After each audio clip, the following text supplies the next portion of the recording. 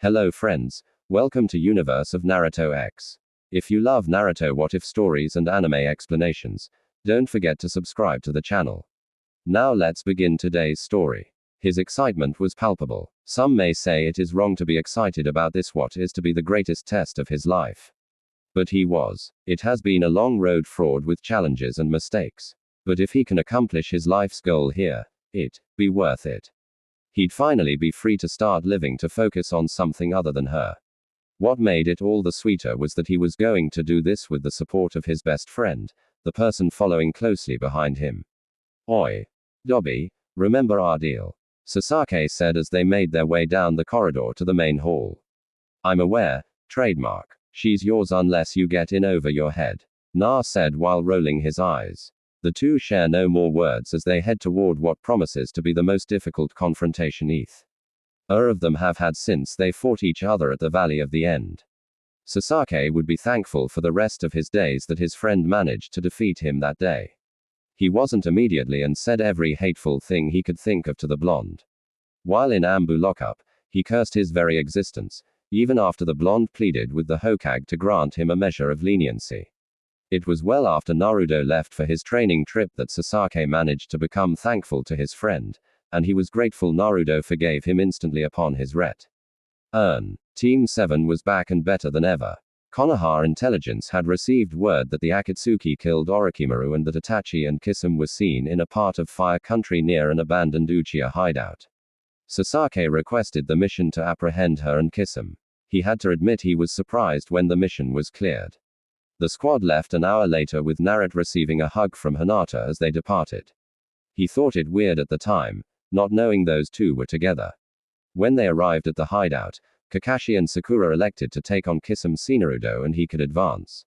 While Kisame said it was supposed to be a private meeting between siblings, even he knew he wasn't going to beat Kakashi, Sakura, and Naruto by himself.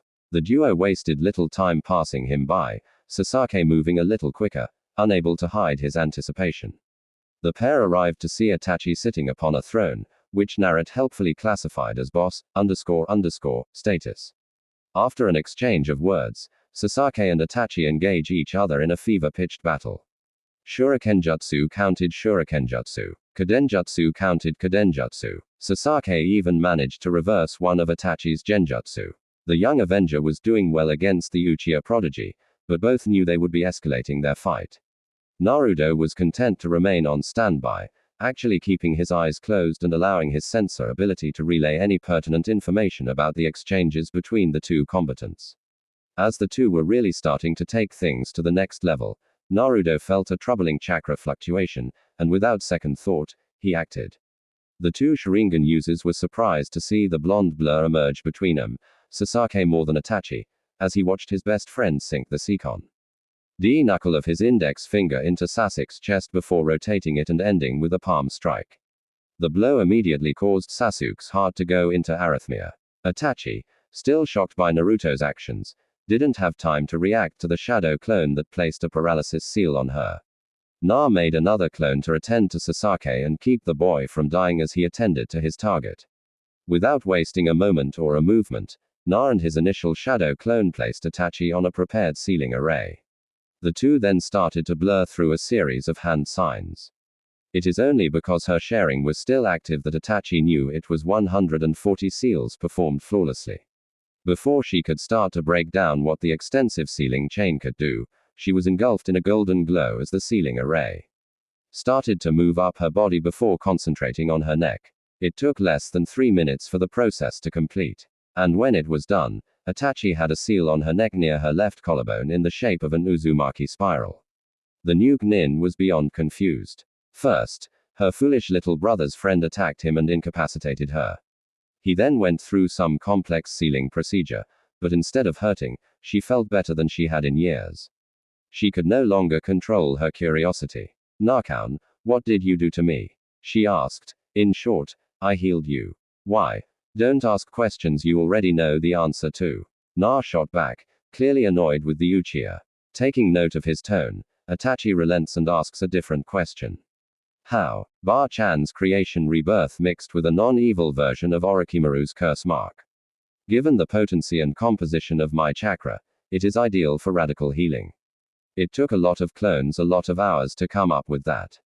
So, I hope you appreciate it. You know, I don't. This was not a matter for you to interfere. And why, if this was a one-time usage, do I still feel your seal at work? I regret getting you that beginner's book on seals. Ignoring her initial comments, Naruto answers her, if your condition was degenerative, which I suspect it was, reversing the damage doesn't cure the condition. The seal will continue to fight off whatever it is that brought you this close to death. It should even work the same for your eyes. Is this the part where I thank you because I feel anything but gratitude? I needed to die here. Sasuke was going to bring honor back to our clan. Yay. Can't have the world knowing they were going to stage a coup. How? Danzo. I had to torture him for 2 weeks to get the full story. You just snapping or testing your limits or whatever other, tale you and the crones were spinning never made sense to me. I didn't buy it for a minute. You were always more clever than people realized. Itachi said, are you going to tell Sasuke? Undo all I sacrificed for?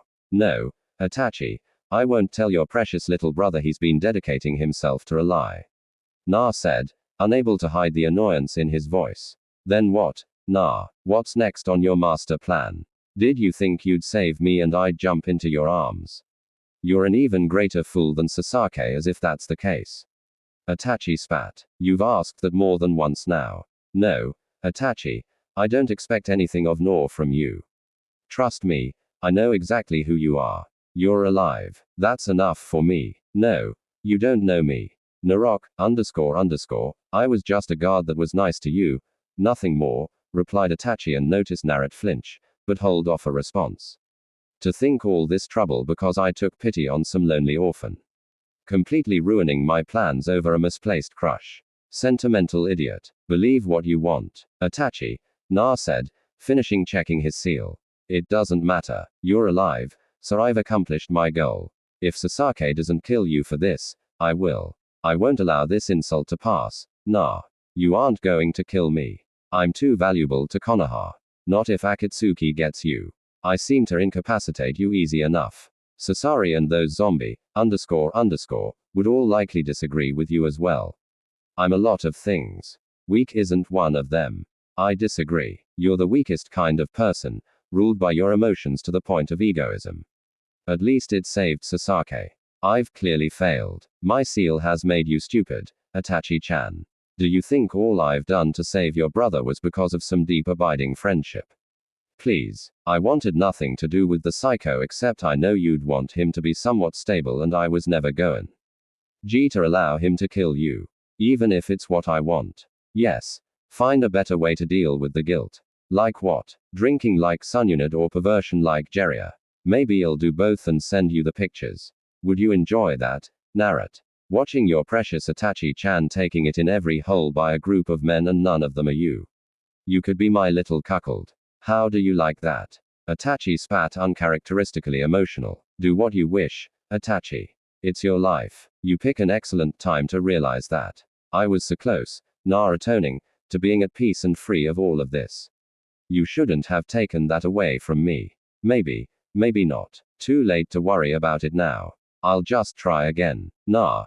You've only delayed things and you can't always be around Sasuke. Once again, maybe not. But if you're dead, I no longer have reason not to kill Sasuke.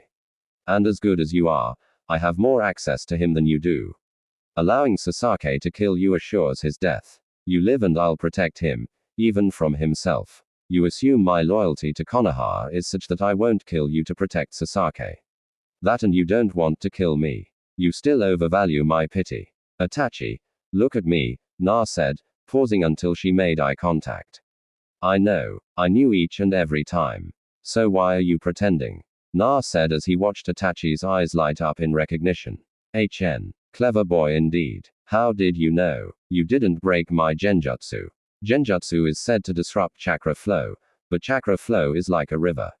Instead of fighting your invasion, I just moved my chakra in a way in which I wouldn't break the illusion, but still be conscious of the artifice. The guises you picked didn't help. Some might even call them spiteful. Spiteful as in how dare you look at any woman that's not me, idiot. So that the first time you looked like Haku, The second ornate with a smaller bust, and the next to Shizune wasn't intentional. Yes, intentional. Figured you'd be easier to manipulate if they were to resemble existing preferences. You think I have a thing for bochin? A woman I call bochin. You sick foo, stop your posturing, Narut. Besides, given the results of the evening, why are we debating this? Because that's pervy. Dabo. Itachi couldn't help but snicker. Seeing a break in the blonde's cool disposition made her want to press the advantage. I noticed you only mentioned the first three. I'm surprised the last one didn't work. Who wouldn't want a guilt-free night with their own super fan? Even geniuses can be wrong, Narut said. But why? I wonder. The star-cross enemy Kunoiki was okay. The mother and sister figures didn't give you pause. The shy Ash, however, that was the line. What felt too guilty that you didn't return her feelings? Something like that. Naruto replied, sadly, surely you can provide more details than that. I may not be the best at social cues, but even I eventually realized she had feelings for me. I asked her and she said, yes. I then had to request she move on from me. As great as she was, I didn't think I could truly return her feelings. Not completely. That I was once saved from my personal hell by someone and couldn't move past them to my obvious detriment. Hey, Chan, maybe I'll pay her a visit then. Show her what we got up to. Maybe let her know the only one he rejected was her lookalike. What do you think, Naruto? That should really help her self-esteem. Do what you want, Itachi. That's it. No declarations about protecting your precious people. Hinata isn't weak. Your little game wouldn't be as harmful as you think. Besides, I doubt someone stoic to the point of emotional impairedness outside of an unhealthy obsession with her brother would bother to do such a thing just to hurt me. Anyway, the paralysis seal will go inactive in about 10 minutes, which should give your body enough time to adjust. Try to take it easy for a few days, Narut said as he walked over to collect an unconscious Sash. Before he reached the exit to the room, Itachi spoke. You will honestly protect him. It's a promise of a lifetime, Na said before retreating away from the hall. If he had stayed, he would have seen the smile gracing Itachi's face. As Narut emerged from the exit, he saw a beaten and battered Kakashi and a nearing exhaustion Sakura seemingly at a stalemate with Kizum. Though he didn't look all that bad, Narut had to suppress the urge to roll his eyes while wondering if he could convince the Akatsuki to stop collecting the Buju J. Asked so he could join. It had been nice to work with competent shinobi more often than he did. Kisame saw the blonde exit the hideout with the lesser Uchiha in tow and grew concerned. Not bothering to continue the fight, he dashed toward his partner. The Konohan took the opportunity to return to the village. Kisame found Itachi looking no worse for wear and was confused as to what happened, at least momentarily. After that moment, he cackled loudly. His laughter echoed throughout the building and he didn't stop until Itachi was finally able to move as she tried to shut him up with a Kaiden jutsu. Why are you being so mean, Itachi? Because you're being obnoxious. Maybe I am, but it isn't every day you prove Itachi wrong. He said with a great deal of mirth. How could you possibly know? You're fine. The whelp looked fine and lover boy sure as, was fine. Just admit it and be prepared to pay up. I'm thinking sushi and a lot of it. I told you your boyfriend was going to intervene. Shouldn't never throw that nasty at him. Got the boy all open. Kiss said smiling the entire time. Shut up, Kiss. Not until you admit it. Fine. Naruto delayed Sasuke in my duel. It's only a temporary setback. I'm sure. Samahada said. Your chakra feels whole again. Were you healed with the power of love, Itachi? I'll kill you and that sword both if you don't watch it, she said, glaring at the larger shinobi. Man, I should have convinced your boyfriend to stay longer. You were always much nicer after you spent the night with him. I sincerely hate you, Kisame. I love you, too, partner. He sensed her the moment she walked into the bar and thanked his training. The extent to which she was suppressing her signature, she could have gotten past his abilities before Jiraiya and he left on their trip. It was difficult to manage the sense of excitement coursing through his body as if hit with a surplus of new energy that needed to be used, expressed.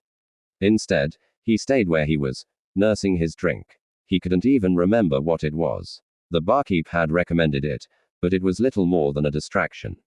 Na had to admit that for an out-of-the-way place, it was decorated quite nicely. Not too bright nor too dark. Plenty of private tables. Even the bar has an impeccable wood finish. It was as he was trying to distract himself with the design of the bar that he felt her chakra invade his system. He had to fight his natural impulse to reject the intrusion, his curiosity outweighing sound decision making. So instead, he concentrated on the flow of his chakra, making sure the foreign presence wouldn't be disrupted, but couldn't fully take hold. From one point of his body to the next, he felt his chakra flow increase slightly above its natural resting state. She took the seat beside him and greeted him with a smile. It momentarily threw him off. How much she looked like an older Haku if the kimono and the hair bun are similar. He'd compliment her on her sources if it wouldn't ruin the game. The two make small talk, nursing the drinks. Na says his name is Haru and claims to be a writer. Itachi says her name is Miko and is in talent acquisition. Eventually, the drinks start being consumed a little faster. The lies become a little closer to the truth. He finds the back and forth exhilarating while simultaneously damning its necessity. They talk the night away until Miko states she has to turn in for the night, then requests if Haru would mind walking her back to her room for safety. He hesitates for only a moment, liquor and hope overriding initial concerns of a delayed setup, but he extends his sensory range just to be sure. He may be a little too drunk to fight, but he isn't too drunk to flee. The walk back to her inn was mostly quiet with her arms wrapped around his. There is a part of him, a part he rarely indulges, that laments that this can't be a regular occurrence. Wishing his life wasn't so antithetical to normally. He dutifully escorts her to her room, fully expecting this to be it until he hears her say, "Would you like to come in?" Most of him screamed, no. Not just his shinobi instincts, but the little part of self-awareness his drunken mind has held on to. Oh realizes if this goes where he thinks it could, that would be utterly embarrassing. He doesn't know what to do with a woman. Well, he has some idea thanks to Jiraiya, but he'd be entirely too nervous to even remotely pull that stuff off. This is Itachi. Despite what people say, your first time shouldn't be with the one you love. That's like your first shinobi battle being with a freaking cage. You got to get some experience under your belt. Perfect your moves. While much of Naruto was slipping into an uncharacteristic bout of crippling insecurity, another part of him spoke up. You got this. That voice that let him stare down Zabuza, that let him beat Gar and challenge Sununit. Oh. Confident Naruto was in the building. And he seemed to be supercharged by the liquor in his system because he was sounding extra smooth and commanding tonight, like it wanted to sell him some Colt 45 in Cloud City smooth. Just take it slow and let the night goes where it goes. Besides, this won't be the first time you tussled with an S-rank kunoichi. He listened to that voice. Naruto gave a response, one he still isn't sure about, but it was in the affirmative and he'd hope it was cool. Itachi wasted no time once the door was shut, kissing him aggressively, and he returning her gesture with equal fervor. It escalated from there. Naruto's unnatural belief in himself, high stamina, and undesired lectures from Jiraiya making up for his lack of experience. Even while wrapped up in their activities, he couldn't help note the bittersweetness of it all. How he longed to see her face and hear her real voice, to not have to do this behind a hastily crafted fiction. Was it really too much to ask that he be granted a moment of happiness with no strings attached? He supposed it was, since it never happened. Every benefit came with a cost. Hearing her moan and the feel of her breath on his neck sent a chill down his spine. The rest of it was almost too much to even comprehend. They fell asleep in each other's arms, both silently thankful for the moment they got to share. She was gone by morning with no trace she had been there the night previous. In the quiet of the morning, Naruto was able to think. In the past, thoughts of the short time Itachi was in his life warmed his heart. And while he missed her terribly, he was always able to fill that hole with wishing she was well or hoping she was safe. Also, his focus on becoming a respectable and skilled shinobi, as was her example, gave him a sense of connection to her. The embers of longing were quenched by these activities. Childish wants and desires are easily sated.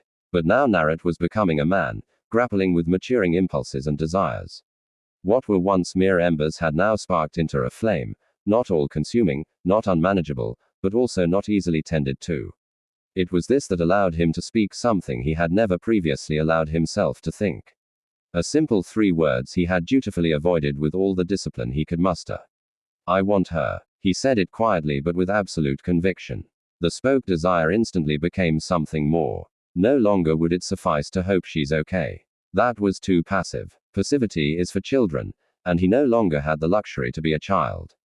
Immediately, plans, goals, obstacles, and schemes started spinning in his head. He knew getting her away from the Akatsuki and proving her innocence would be inordinately difficult, but it needed to be done. Na took a shower before exiting the inn, the entire time feeling lighter despite the tasks placed before him. He was sitting across from the Hokage. It had been a week since they returned from that botched mission to kill Itachi and had been given some time off as it was technically an S-rank mission, though it didn't pay like it. He mused. He didn't know why he was here, but given smug look and Jiraiya hiding in the corner, it couldn't be anything too bad, but also in no way would it be good. Began looking at a file on her desk before she spoke, deciding to read aloud. Special Jun Uzumaki Naruto specializes in Fujutsu, but demonstrated proficiency in Tai and Enjutsu as well. Junin has been subject to observation from Inanoiki Yamanaka since age 5. Mind healer to be cautious of any warning signs of mental distress or deterioration due to isolation and discriminatio. N. Besides hyperactivity and attention seeking, Enanoi reported no issues until age of 7. Subject had been uncharacteristically tired, unmotivated, and preferred to stay in his apartment. Symptoms lasted for 3 weeks before a slight but noticeable change. Change continued throughout time at the academy. After avoiding the depressive state, subject began to do better in school, eventually becoming the 5th ranked student in his class by the age of 9, where he held that position for the duration. Enaki notes that due to the prejudice of the village and instructors, subject was not treated as if he were a high-achieving student. Subject eventually demonstrated a stunning for his age proficiency for seals, but true level was never determined. At age 11, subject blackmailed Sandaime Hokage for the shadow clone jutsu by promising to not look into the seal. Subject recently discovered on abdomen. Inoiki speculates subject has known of the seal a great deal longer but kept the information secret until it was useful.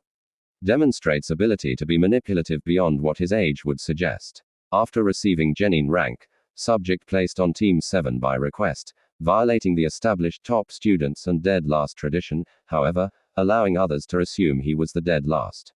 Misconception not helped by subject's bright personality and general light-heartedness when not on assignment. Enaki argued against team placement for that reason and one other, while subtle to most, subject shows clear disdain for Uchiha Sasuke. Source of the animosity was still unknown, but forcing the two to work together would only increase the effects. Further observation by Inoiki concluded that while the animosity never decreased, subject had taken to manipulating the Uchiha by playing to his ego and constantly downplaying his the subject's own skills and contributions. By time of Chunin exams, subject showed hidden hostility toward Uchiha Sasuke and Junin sensei Hitaki Kakashi. Inoiki speculates subject finds Hitaki to be a subpar sensei that is stunting the team's growth. An argument with more weight after Hitaki-san was the deciding factor in denying the subject his promotion to Chunin even though he was not there to view the subject's match. A factor forgotten by the promotion panel until after the promotions had been finalized. She stopped quoting to look at Na. It goes on. Naranoi can't decide if you're a flight risk, a potential double agent or what. But what he is certain of is that no one really knows you. He hasn't ever been able to zero in on the source of your change, your intense dislike of the Uchiha, even given L outward evidence. You view him as a friend and other concerning issues. But after this mission, I think I figured it and subsequently you out. I'm so confident I'm going to play a game. Question for a question. No lies, no half-truths, no, the blonde Hokage said. You've always been straight with me in the past, so I trust you keep to trend. Who starts? Na asked. You. Who are my parents? Na questioned, testing her resolve. Sunyuna doesn't pause before she answers. Manado Namikaze and Kasha Azuzuaki, second Genchiriki of the Keibi. Well, Naruto said and adopted an impassive look on his face. My turn. Did that mission really happen the way you said it did? No. Why is Jiraiya hiding in the corner? Curiosity and safety precaution. He too was concerned you weren't up front with him even after 3 years together. Do you know what happened to Danzo Shimura? Yes. Do you really believe I can replace you one day? Absolutely. Do you know of his connection to the Uchiha massacre? Yes. Who was the first container? My grandmother. It's been something of a family affair. Why did you pump Sakura for information on my creation rebirth? Fu and Jutsu project. All pass. Was it successful? By all appearances, but only time will tell. Why did you take Sakura as an apprentice for you? She said and savored the look of surprise on Naruto's face. Where is Danzo now? I honestly have no way of knowing that. Did you know my parents? Not well. Kusha and I never got the chance to get close due to the war and my leaving the village. It's one of the things I'm not proud of given she was Mito's legacy just as much as I was. I really didn't know Manado at all. How good are you at Fujutsu? Really? Better than Jera. Though I was approaching his level when we met. Once he agreed to train me, I held off so I could see how he thought in case he ever slapped a seal on me. High-level seals are as much about the creator's voice, so to speak, as it is about theory. And given the only act of Sunning liked to play the perverted fool, I wasn't sure how much I could trust him. Wait, that's why you've been key with me, said Jiraiya, now revealing himself. Yes, I cared for the old man deeply, but once I realized he was hiding things from me, I felt no need to be 100% honest with him. You pretended to want nothing to do with me, only to turn around and have me sign the Toad contract. I'm blonde, not dumb. Figured if you weren't going to be straight with me, then I'm under no obligation to be straight with you. Why aren't you asking me what you really want to ask me, Bar-chan? Because I find it amusing. So, how long have you been in love with Itachi? In love? I don't know. Loved. Since she saved me, Naruto answered and was greeted with a smile from Sunyunad. But not one born of smugness, but of sad understanding. How did you figure it out? Mostly from what was missing from Enanoi's report. Someone as outgoing as you, and yet it made no mention of a crush or love interest. It makes sense for the Uchiha. He's bent all wrong, but you. I didn't buy that for a second. Not with how fast you take to people. Finding out who was in your Ambu detail and who could have hidden interaction from Sensei, and the list was narrowed down pretty fast. I'm guessing she broke protocol and started to interact with you. Yes. And you never believed the official story about the Uchiha massacre? No. Why? Because someone who kills their entire clan on a whim likely wouldn't bother coming to say goodbye to one of their missions. She spoke to you? Asked surprised. No. She thought I was asleep. I thought I half dreamed it for the longest time. So, she just came to say goodbye and left. Sunyunad asked and say a slight pink to Naruto's cheeks. Basically, the teen said, hoping to move off this topic. Basically, both Sonnen asked. Naruto's hopes dashed. She said bye and kissed me on the cheek. Okay. He rushed out. Would think it cute if Itachi hadn't just committed mass murder, but pushed on regardless. Have you had any contact with Itachi outside of your mission to retrieve me, Gar's rescue, and this most recent mission? Yes. When during the training trip she approached me hanged supported by Genjutsu that's not possible. Nah, why didn't you tell me you could have been at risk? Jiraiya said stun. Ed by the admission it was a private matter, and if she had wanted to capture me she would have brought that walking chakra beacon. She didn't. She wasn't even armed. Ow, how could you possibly know that? Asked, observation. Nah replied with zero confidence. Nah, what aren't you telling us? Jiraiya asked, getting increasingly worried. Can we just drop it? We know she's not a traitor. She didn't hurt me. Isn't that enough? No, because you are desperate to avoid this topic. Nah, what aren't you telling us? We spent the night together. Nah said, avoiding all eye contact. As in, spend the night together? Jiraiya asked, wanting to still be mad at the boy, but also feeling the overwhelming need to start his latest ichi. You banged it. Don't say bang, Bar-chan. Matter of fact, for all intents and purposes, I will not discuss my life with you. This is weird and wrong, and you're a Ban, so you shouldn't even know about, let alone mention it to virgin ears. But you aren't a virgin, idiot, Sunade said, sporting a tick mark. My ears don't know that. Stop trying to mentally scar me, Bochan. Jiraiya could only face palm as he watched the weird ritual between the two. It's like if they didn't have at least one argument every time they spoke, the interaction would be lacking. It just didn't get it. Don't you call me that, Aragaki. I'm not the one sleeping with Shrank missing Nin. Did you at least hold off long enough for her to properly seduce you, or did she just tap you on the shoulder and you were ready to go? For your information, queen of all perversion. It was beautiful and intimate each time. What do you mean each time? You allowed this to happen more than once. Was part of your training. How to make decisions with your don't say arrow granny. I'm too young to hear you say words like that. You keep up and I'm going to have to become a monk to purify myself. Shut it, Gaki. Don't change the topic, which is you screwing someone out to kill you. But she wasn't. You didn't know that. I strongly suspected. Jiraiya, this is your fault. How was he alone long enough, often enough to carry out an affair? Spy network, Nar offered. Yes, that's it. I call shenanigans, but let's stay focused. Nar, what were you thinking? I don't know. That for a few moments we could be something else. Something approaching normal, not two marked people. That I could be happy even for just a bit, Naruto said with pure defeat in his tone. Both Sanon's eyes soften at the boy. No young man that often has the weight of the world on his shoulders. And neither take joy in what they know they have to do. Jiraiya managed to steel himself first and spoke. Nah, you know there's no future there. Best case scenario is Itachi extracts herself from the Akatsuki and goes into hiding.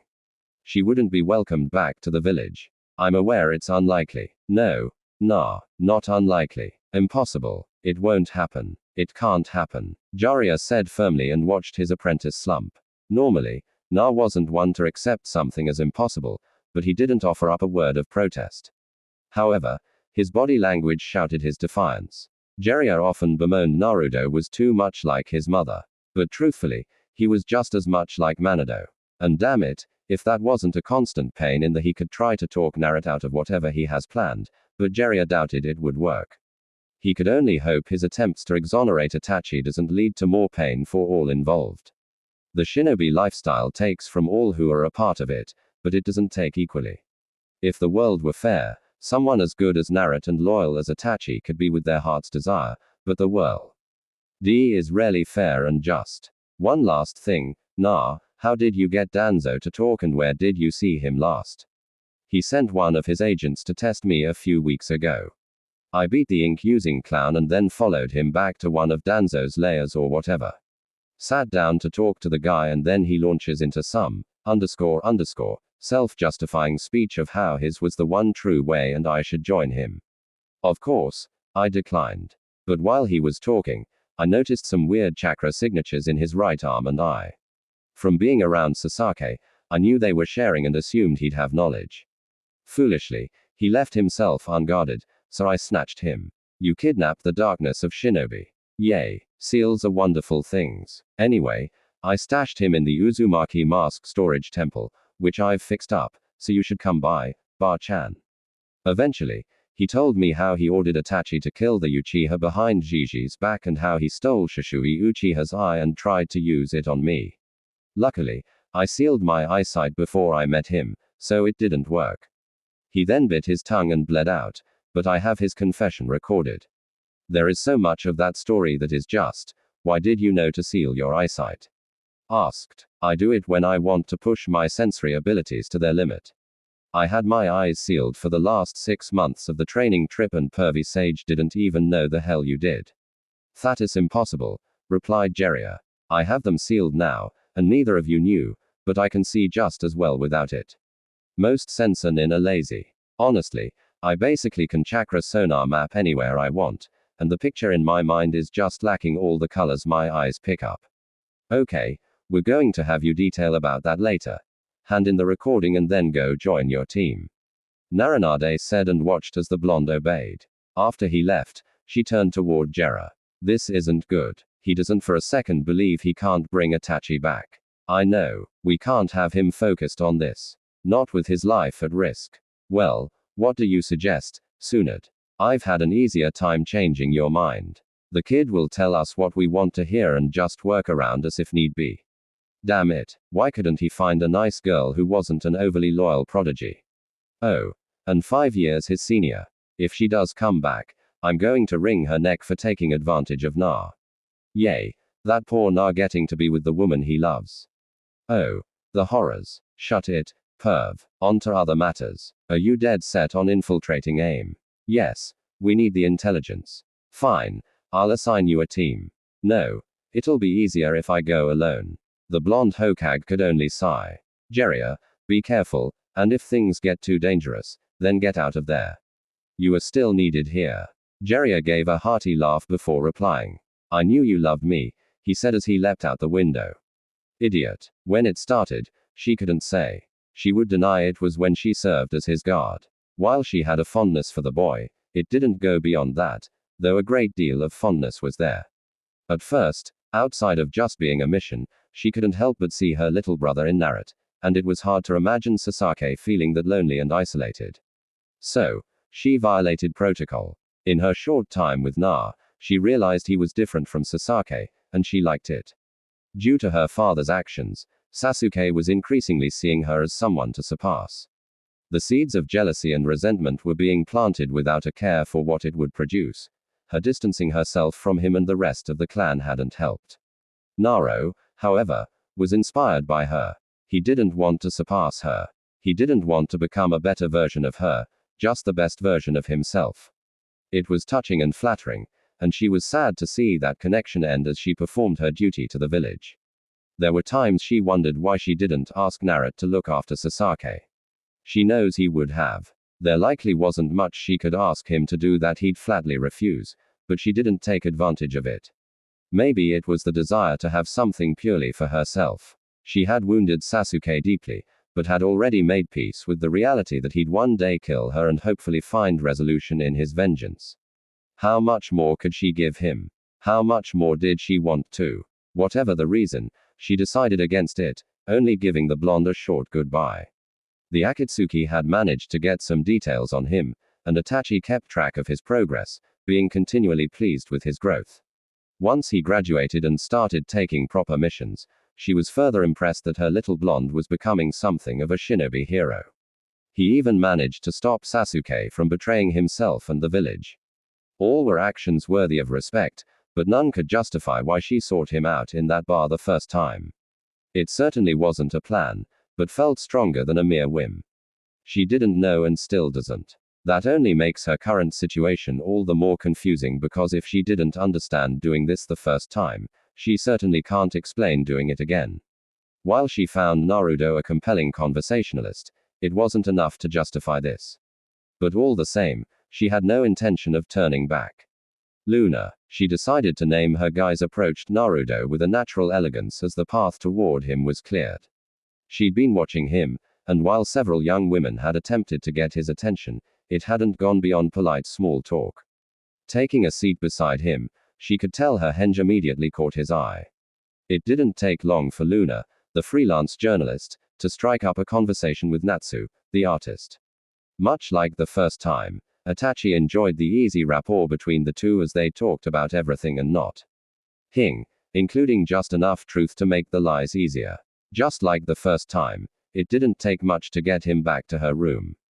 He may not be aware of it. She'd be extremely skeptical if he did, but Na had this ability to make you feel like the only person in the room when you had his attention on. It was invigorated, but also intense and seemed to heighten their current activities.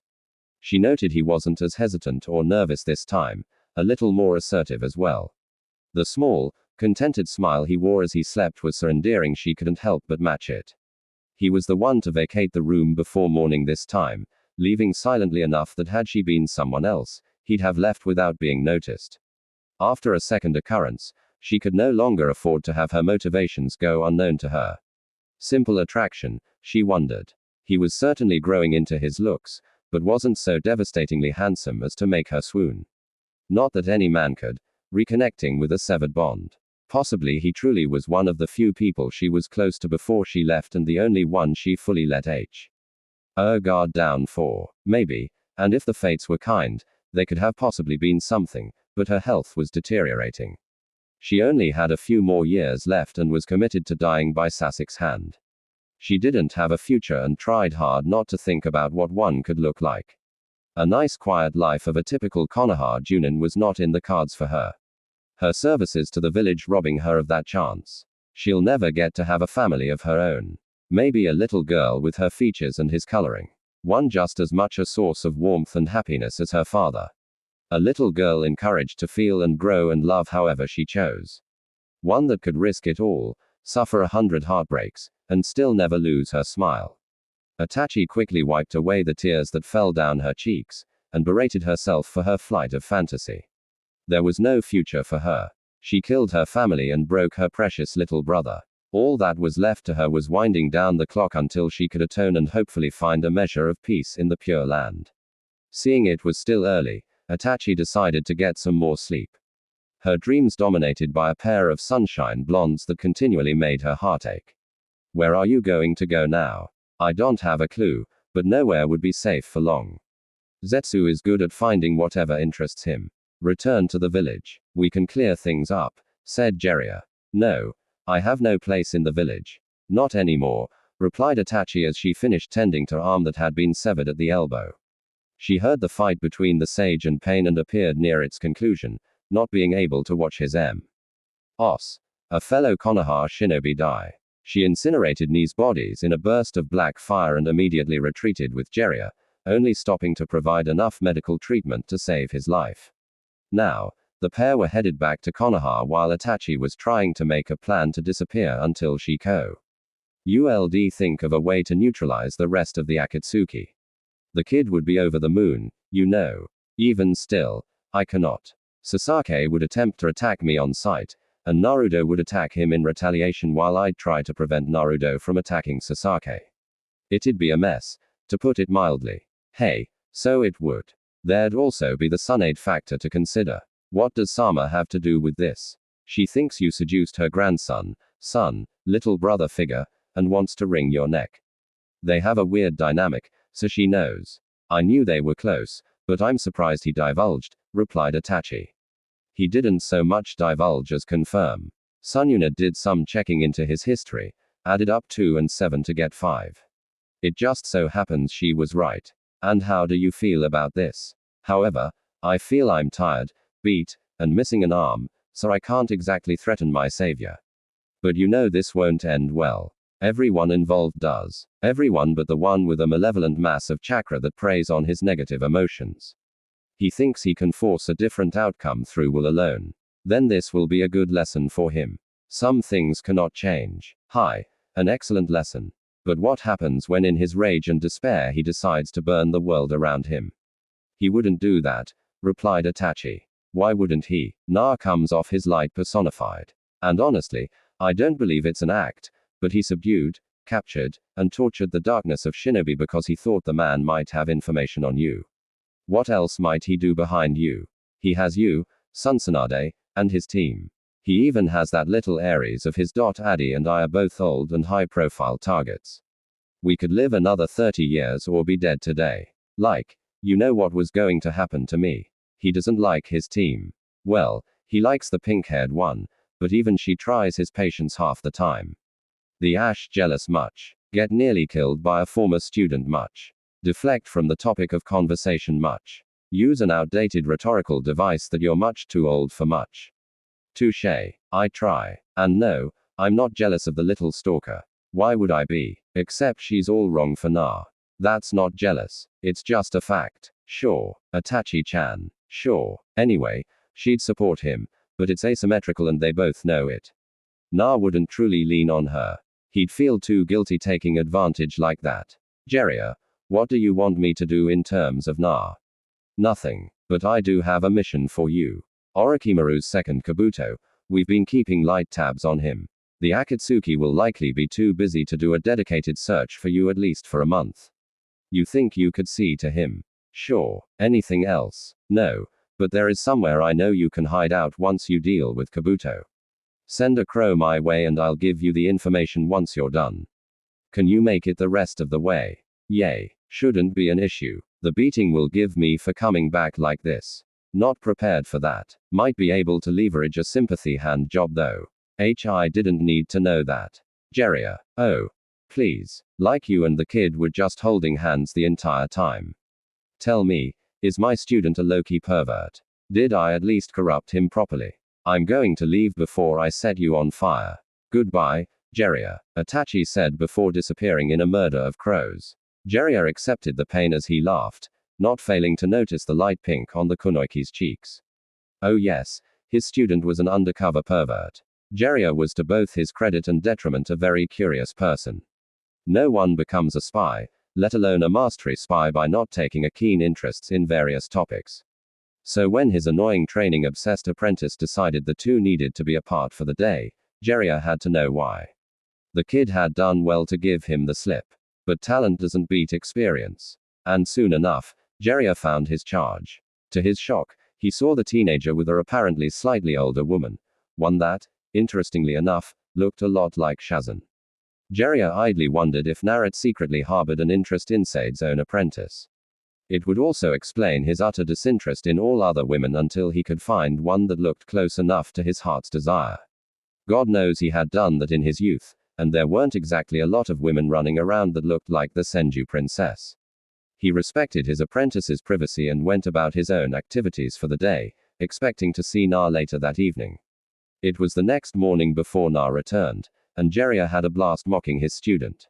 Na refused to give any details, likely assuming it would curtail Jiraiya's remarks, but it only made it worse as the known author spun tale after tale about Naruto's late-night exploits and even stated he should warn Shizune before they returned. Na took his master's insufferable behavior with a smile. He never would speak about his encounter with the mystery lady, only ever saying it was private and outside of the occasional jab. Jiraiya respected it. He may not be able to turn his student into a general pervert, but he can be a focused pervert like Manado. It was his duty as master and godfather. After all, he had never been this angry. Killing the two advisors had done nothing to sat his bloodlust or reduce his rage. The words of that man, the alleged Moa ringing in his head. Itachi was ordered to kill your entire clan by one Danzo Shimura and supported by the Hoage's two advisors. She did it to protect the village but couldn't harm her precious little brother. He said, and it sent Sasuke into emotional overload. But it was the next tidbit that sent his confusion into blind fury. Itachi had been in contact with Na. In fact, Naruto was the last person Itachi spoke to before she departed from the village, and the man alleged she had seen him several times. Since then, the two had some sort of relationship, and Itachi had betrayed the supposed Moa for the Dobby. Sasuke thought back to the last confrontation between Itachi and he. He quickly realized Naruto intervened on her behalf and denied Sasuke his revenge. A part of him was thankful, the part of him that saw his sister as innocent and forced into a bad position. Another part of him was infuriated. She should have ignored her orders even if her clan was planning a coup. She should have chose family, and she certainly shouldn't be so close to Na. So many lies, so much betrayal. The man offered Sasuke a place with him, but he turned the man down, finding him to be inherently untrustworthy. The man accepted, but said Sasuke would soon see things his way and left without further word. It was 10 minutes later that the village was under attack and hysteria ensued. Sasuke ignored his duty as a Konohanan, no longer caring about the people his sister sacrificed his family for. His only goal was to find Danzo and the advisors. He had no luck with Danzo, but found the advisors readily enough. They died slowly and confessed it all. How they suspected an Uchiha was behind the Kyuubi attack. How there had been growing distrust between the clan and the village. And how the Sandaime tried to reach a peaceful resolution. They weren't even sorry. He could see it in their eyes. He stabbed them both through the heart with his judo. By the time he was finished, he watched as Na, his best friend, was welcomed to the village as a hero. He seethed, but chose not to make a scene just yet. He'd wait until the perfect time before he confronted Na and got the answers he desired. It hadn't taken long as the Dobby made haste toward a medical tent. One Sasuke overheard contained Sun Unit. She had apparently stressed her reserves trying to heal as many of these worthless ingrates as possible. Seeing the two were alone, Sasuke assumed it was the perfect time to corner Naruto and moved quickly to do just that. What he hadn't expected was for Naruto to speak before Sasuke had even gotten a chance to announce his presence. You need to ease up on that killing intent, Sasuke. Some might think you mean to do harm and that wouldn't be good, he said, never turning to look at his teammate. Sasuke chose to ignore Naruto's words, too angry at the potential traitor in front of him. What is your relationship with Itachi? Tell me now, Sasuke barked. Tisk, Na uttered before running a hand through his hair. He then turned to look at Sasuke and it sent a shiver down Sasuke's spine. Enraged or not, his sanity splintering by the second. Sasuke couldn't forget that sequence. It's the same thing that happened when Sasuke tried to defect when he missed hitting Naruto with a Chidori. The blonde made the same sound, ran a hand through his hair, and then looked at Sasuke with cold eyes. No trace of amusement or joy could be found. His eyes only contained a promise of pain and suffering to whomever met the gaze.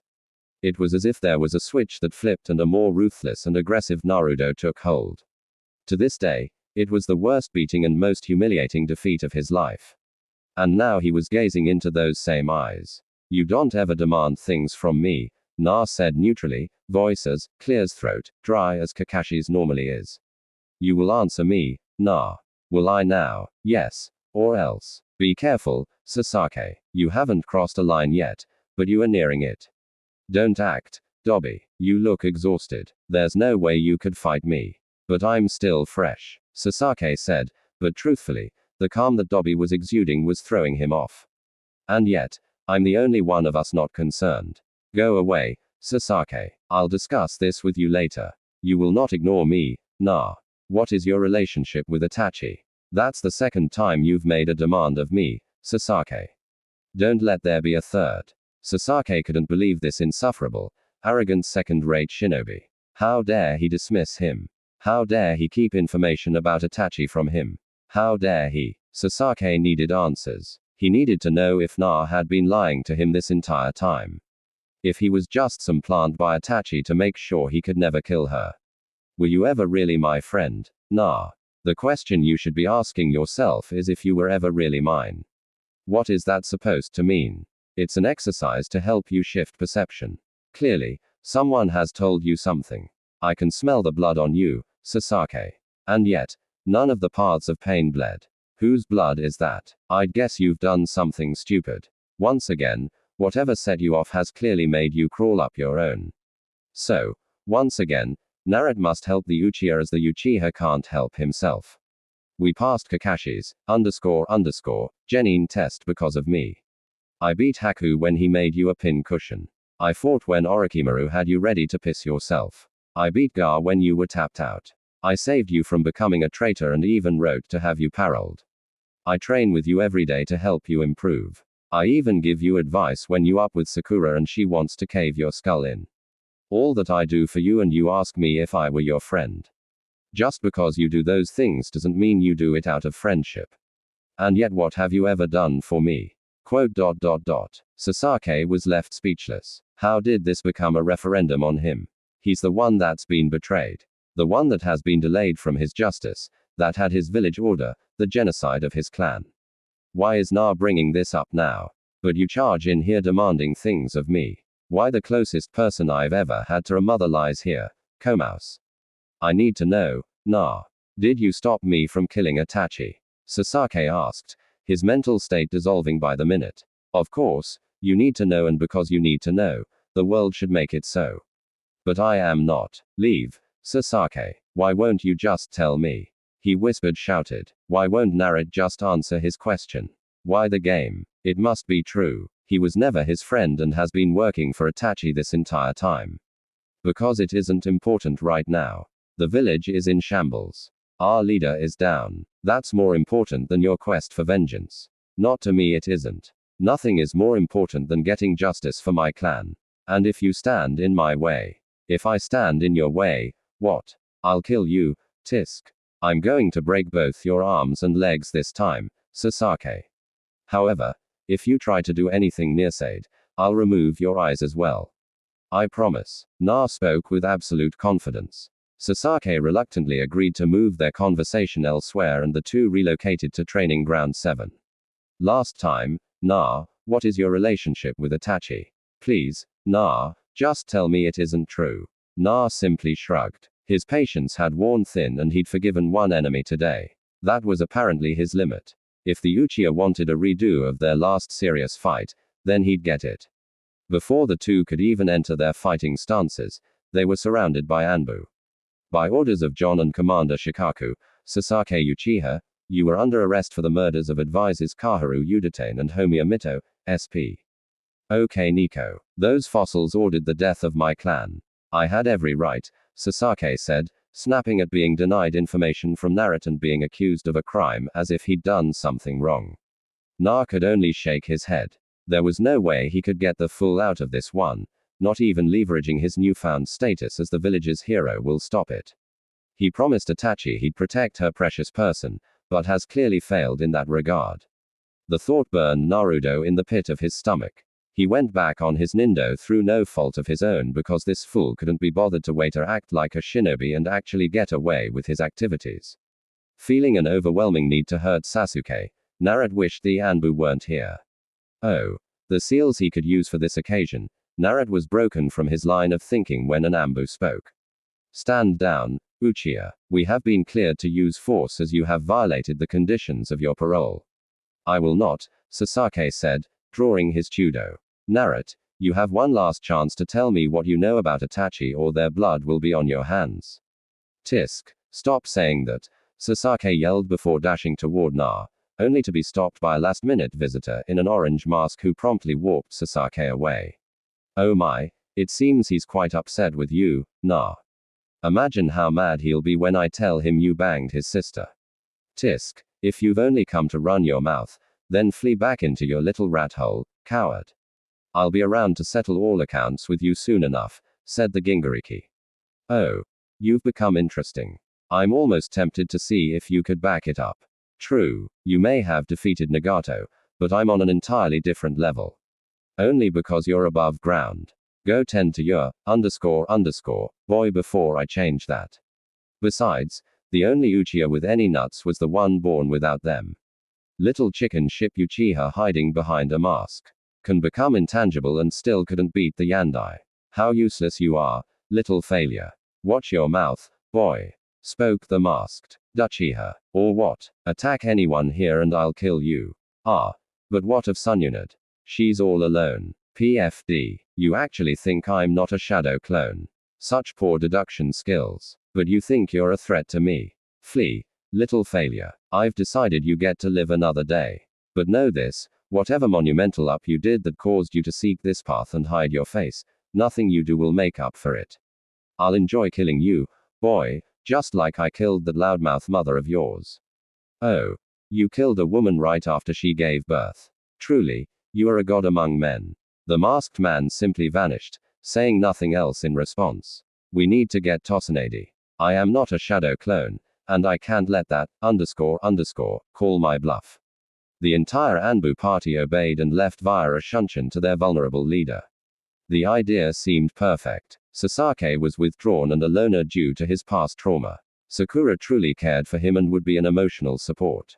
Naruto was bright and outgoing, friendly with anyone who'd give him half a chance and actual friends with Sakura. The three had the template for overlapping skill sets that would make them a stunning team. Sasuke and Na might even establish a rivalry to push them forward. He'd pay back Obito and his sensei and maybe train legends. It couldn't fail. He'd lost most of Naruto's respect the day of the true Genin test. He'd made a crack about Na being a dead last, knowing it wasn't true, but as a psychological ploy. Na just looked at him as if he were absolute scum. Then during the end of the test, when he tied Na up, he'd permanently broken something between them. Sakura wouldn't listen to Na because she was too conditioned to follow orders. So the idea that Kakashi would trick her just wouldn't enter her mind. Sasuke was too arrogant to think he needed a team. Naruto figured out the test, so he had to be the one tied up. If either of the other two were, Naruto would just feed him or her and pass without the other two really understanding the meaning of the exam. Na took it as another form of discrimination, another person deciding he was stupid and a failure. Despite all evidence, he was never invested in the team, not how Kakashi wanted. He'd follow orders, but the dedicated Kakashi demanded the emotional connection that made the teamwork instinctual wasn't there. Kakashi refused to teach them much else until it was. Na took it as negligence and made an even bigger show of doing what Kakashi commanded, but only that. He wouldn't open up to Kakashi, wouldn't acknowledge him as a real sensei. Kakashi didn't train him for his Chunin exam finals, and Naruto only said he'd expected as much from someone like him. He promptly left, not even being told of the trainer Kakashi had arranged, nor his justification for dedicating his time to Sasuke. If Naruto were a better teammate, he'd acknowledge that Sasuke was in greater risk and needed the extra help to survive Gar. If Na could just give Kakashi a little bit of leeway, he'd see he didn't view Naruto as a dead last idiot. It was just a ploy. He didn't ask for Na to be on his team just to reinforce the perception he was a loser and an idiot. He just wanted to train his sensei's son, but train him how he wanted to. Immense chakra capacity doesn't entitle you to jutsu. And yet, if he wasn't seeing a visibly improvement in his skills, Naruto found Kakashi's teachings to be worthless. He just rejected everything the man stood for, but did it in a way he could never be held accountable for it. He lost all of Naruto's respect when he argued Naruto wasn't ready for Chunin, that he couldn't brush off slights from his comrades and was insubordinate when he didn't get his way. Kakashi had felt his words were true when he spoke them. Naruto should have forgiven Kakashi for their genin exam. He should have tried to truly connect with Sasuke instead of pretending while secretly resenting having to spend time with them both. He should have accepted that Kakashi wasn't holding him back out of malice or laziness, but teamwork was the bedrock of Konoha teams, and no other skill was as important as that. If Naruto refused to buy into his system, then he didn't deserve to advance his Enjutsu. Besides, Kakashi knew if Na had received the promotion, then he would have left the team, and it wasn't time for that. He wasn't supposed to leave. He was supposed to want to be part of this team.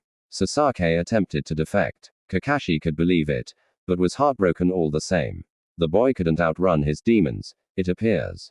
He traveled as fast as he could to hopefully find both Naruto and Sasuke fine.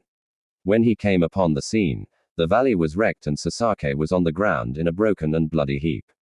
When he went to address Na, his students said only one thing, "Tisk," and promptly shunted away. Sasuke had a broke right arm, fractures in his left leg, bruised ribs, broken right clavicle and a severe concussion. According to the medical ninja, Na didn't speak to Kakashi again before he left with Jiraiya. But Sununid made a point of granting Naruto a field promotion to Chunin for the success. He returned from a boy to a young man.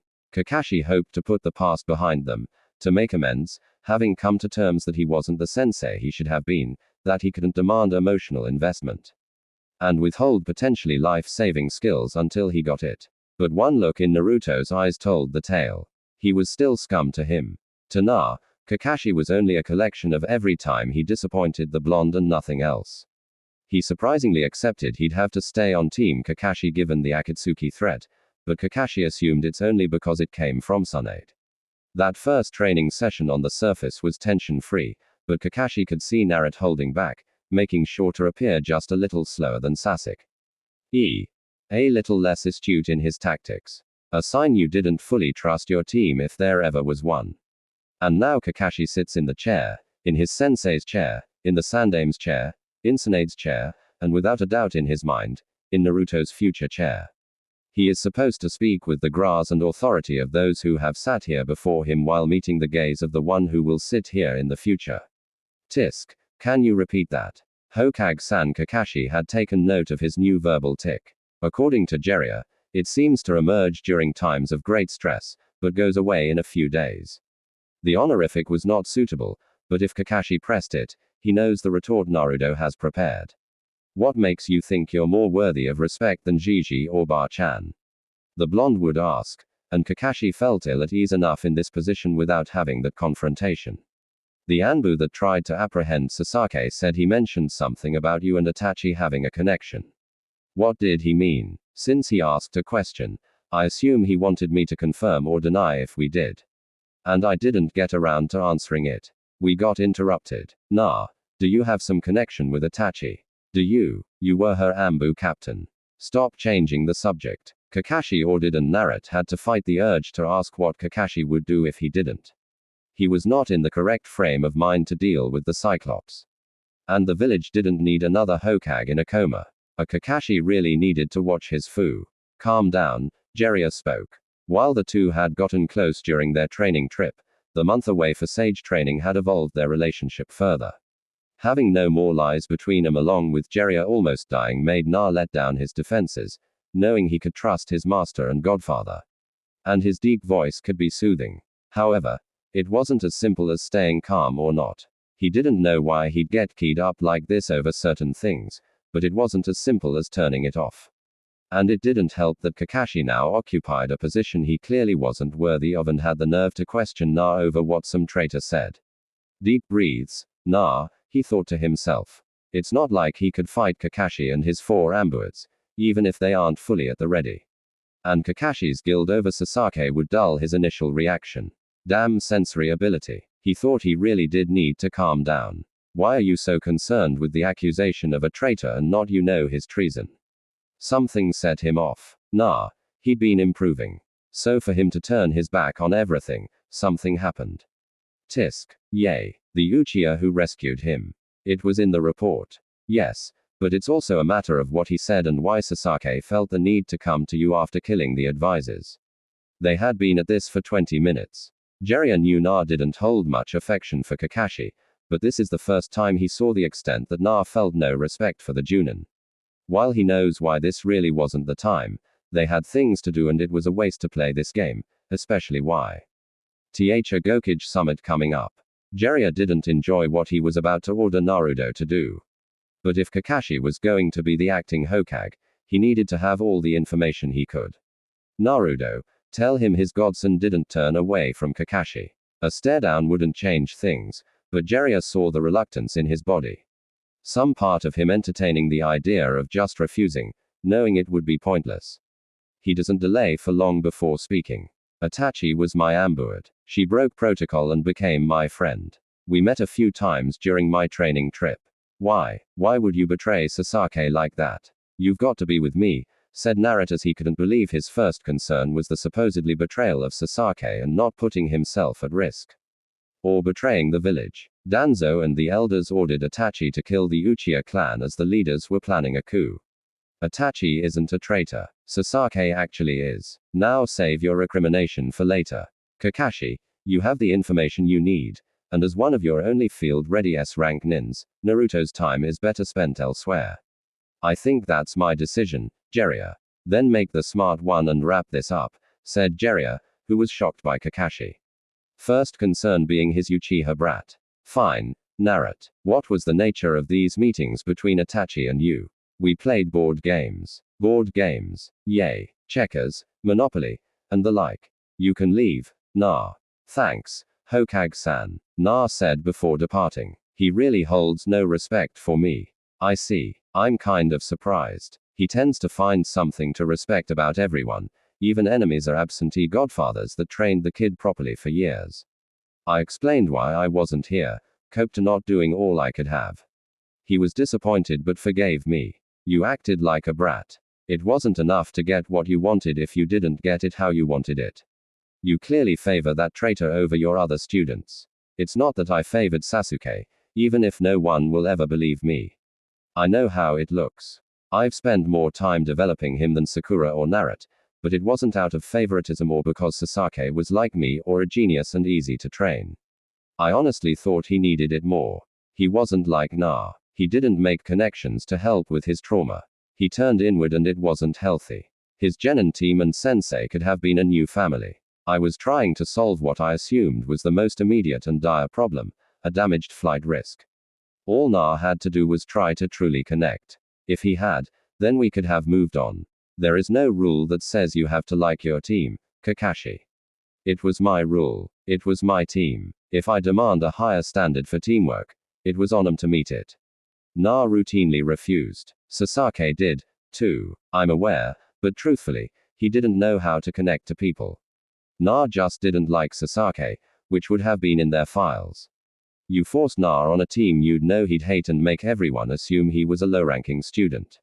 You didn't have to teach him, Kakashi, especially when you didn't teach him anything anyway. Asuma could have helped with his wind manipulation. Kurani with his chakra control and tracking.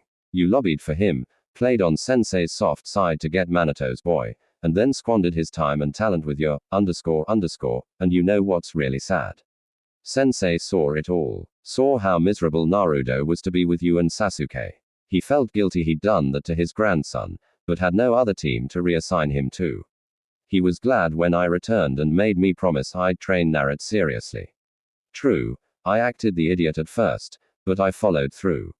That's why Naruto forgave me because I helped him become a better shinobi. I helped him face his challenges. Had he been stuck with you, he'd possibly be dead already or stuck as a genin. Was your petty revenge worth it? I honestly didn't see it as revenge at the time. I regret I spoke against him, but in the moment, I didn't think he was ready. In the moment, you wanted to spite Naruto for flouting your beliefs. You didn't care if he stalled his progress because all that mattered is him advancing your way, said Jiraiya, not allowing for Kakashi's delusions any longer. Also, keep in mind that Naruto never outright ignored your teachings like you did with Manado. He tried to impart the importance of teamwork. You were all about the mission, but he still trained and prepared you. We were at war. I guess Suna and Odo were just challenging us to a vigorous spar. I didn't know we were going to be invaded. That's how war works when you're a shinobi. They don't wave a banner, Kakashi. So, I just get labeled as the negligent sensei who favorites the genius. Even if it isn't true. You're about the only one that doesn't believe it to be true. Maybe that should tell you something. That I'm surrounded by idiots, replied Kakashi. Yes, it's everyone else that's wrong. Is there anything else I need to know about Naruto and Itachi? No. And you'd tell me if there was? No. I'd jeopardize the safety of a village I've been protecting a lifetime before you were born. Jiraiya replied before he exited, deciding to go find his apprentice. It didn't take Jiraiya long to find Naru, though he waited for him to be finished with his other teammate as she appeared distressed. He approached as she departed, seeing Na stare out into the light of the training ground. Hey, kid. Hey, sensei. Or do you prefer Kau? I never did ask you that. I'm just happy you don't call me pervy sage anymore. So, whichever you feel appropriate, nah, I won't read into it either way. Cool. So, come to scold me. I think I have to wrap your knuckles a little. You were really pushing it with Kakashi. I know, and I have no defense. We can write it off as stress and Kakashi won't make a thing of it this time, but we don't know when Sade will wake up and she may not be in a condition to return to the hat when she does. If that's the case, Kakashi will be the Hokage. And for someone who wants that job, it isn't smart to make an enemy of him. He could pick someone else. I considered that. But don't worry, I have a plan. Oh. This should be good. You'll like it as it literally cannot fail. See, if Kakashi picks someone over me, I'll drag his loving out of that office and beat him in the middle of the street. I'll do the same for the person he picks. I can't see a single way that awesome plan could fail. I know, I'm awesome. Dad bo war. That freak in the mask made it official. The 5 great shinobi villages will unite to defeat said masked man in his nefarious plot. But Naruto, Gingariki, Sage, Bad Mother shut your mouth will not be on the battlefield. He will not be giving aid to his comrades, sharing in their misery and pain. He will be hidden away because the masked man said he was coming for the only 2 Jinchuriki left. Na was not happy about that. Na let it be known he was not happy about that but relented when Sade and Jiraiya argued it was the best thing for the alliance even if they didn't agree with the decision. As a concession to this, Jiraiya said he knew some place Naruto and he could go and it had a connection with his past UI. They left at the dead of night. Na couldn't look his friends in the face as they prepared to go to war. Partially for him he felt enough shame already. He did leave a note for Sakura and Hinata, wishing them well in a safe return, but it's all he could really do. He had a strong desire to punch the wreckage in his mouth for his decision. The trip was silent, Jiraiya giving Na something of a wide berth, knowing his apprentice was already straining to accept he couldn't be there for his friends. As they traveled, Naruto thought he felt something following them and signaled Jiraiya to stop. He stretched his senses to their max, but the brief sensation he felt was nowhere to be found.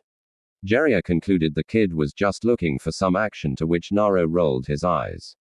The 2 travelers continued on their journey, but Naruto noticed Jiraiya was starting to act weird.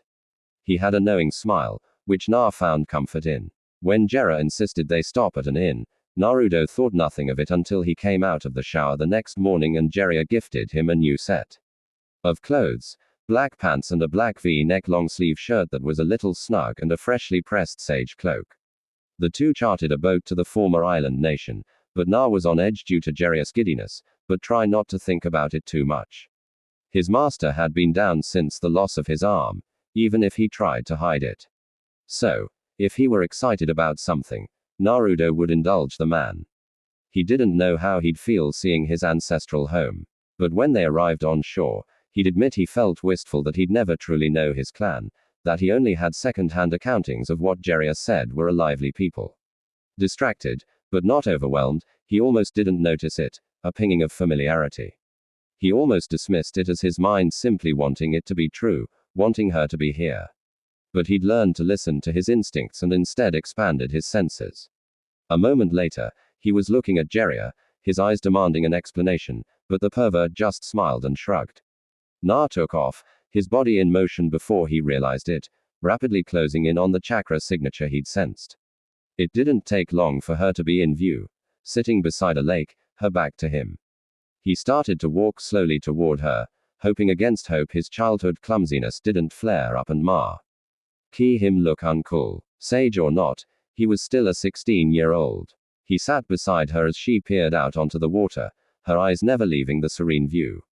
He found himself unable to speak, having too many things to say and nothing to say at all. Isn't this what he wanted? No masks, false backstories, or anything else between them. Just be them, and they could be honest with themselves and each other.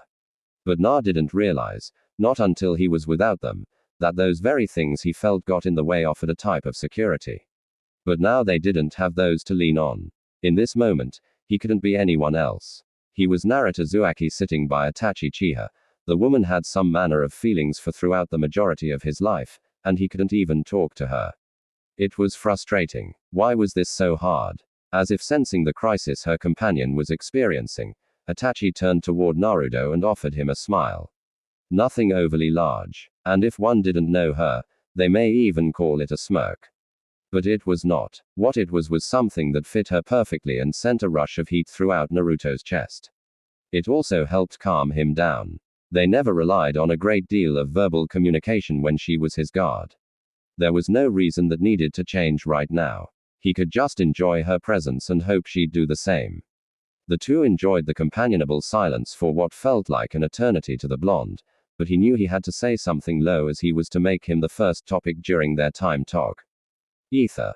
But he'd failed to live up to his promise. I'm sorry. I said I'd protect Sasuke from himself, and I didn't. He said it just above a whisper, but Itachi could tell the utter sincerity of his words, not out of any real concern for her brother, but because of the promise he made her. She shook her head at her fellow ninja, thinking that chivalry would get him hurt one day, but was touched he truly meant to keep his word to her. I don't blame you. Jiraiya told me what happened. It was an impossible situation. So, it was. Besides, do you really want to talk about my foolish little brother? I never want to talk about him, Dad. BO__, you still do that. Be careful or they'll put adorable under your bingo book entry. Shut up. It rarely happens. Na said, fighting back a blush. I'm sure, it said with a small giggle. And just like that, the awkwardness and uneasiness was gone. The two would spend the rest of the day exploring Naruto's ancestral homeland. Eventually, Itachi led Naruto to where she had been staying. Not all of the structures had been utterly destroyed, and Itachi found herself a small home in still decent condition. Certainly better than sleeping in a tent. Looking around her dwellings, he didn't pay attention to her closing the distance between them. Not until her hands were on his cheek, and before he knew it, he was pulled into a kiss. Not one of fiery passion, a gentle one, but it still made his heart beat faster. Hey, she whispered, yet to release him from her grasp. Hi, replied back before encircling his arm behind her back and pulling her closer to him. The kiss was a little deeper this time, a little longer. Things quickly escalated from there. Kisses gave way to touching. Clothes started to be removed, and soon enough, the two began to make love. It was different this time, a sedate pace not born of nervousness, but a desire to enjoy the brief respite the pair have. For Na was vindication, proof they could make things work. He could be with the woman he truly loves. And the very thought of it, his love for Itachi at times felt overwhelming as it rarely had an outlet. Even if he couldn't bring himself to speak the words, some part of him afraid she'd reject the declaration, he could at least show it through action, through the merging of their bodies. Itachi, however, was too enjoying the moment, but avoided all thoughts of the future. This could be a sweet memory along with the others Naruto had provided her in the past, but it couldn't be more than that. She stared into the eyes of the blonde above her, his eyes conveying everything he was feeling at the moment. Desire being the most readily apparent, but also love. He loved her, and if she felt so selfish for it, as it could never go anywhere. She'd never acknowledge it nor return it, that only leave a larger scar on his heart when she eventually left. Briefly, visions of a small blonde girl with too much energy pervade her thoughts, but she stamps it down. There is no future. There is just now, and she'll enjoy the now all she can. Itachi allowed herself to be distracted by the breathing of Naruto and the warmth she felt from it on her collarbone. Soon enough, all thoughts and concerns melted away as she felt their mutual climax approaching until all was just a haze. The pair would couple twice more before allowing sleep to take them. It was the next morning and the couple lied in bed, each savoring being in the proximity of the other. Itachi was the first to breach the silence, giving voice to something she had noticed before. "What's that seal on your pelvis do?" she asked directly. "Oh, it's a contraceptive seal for men.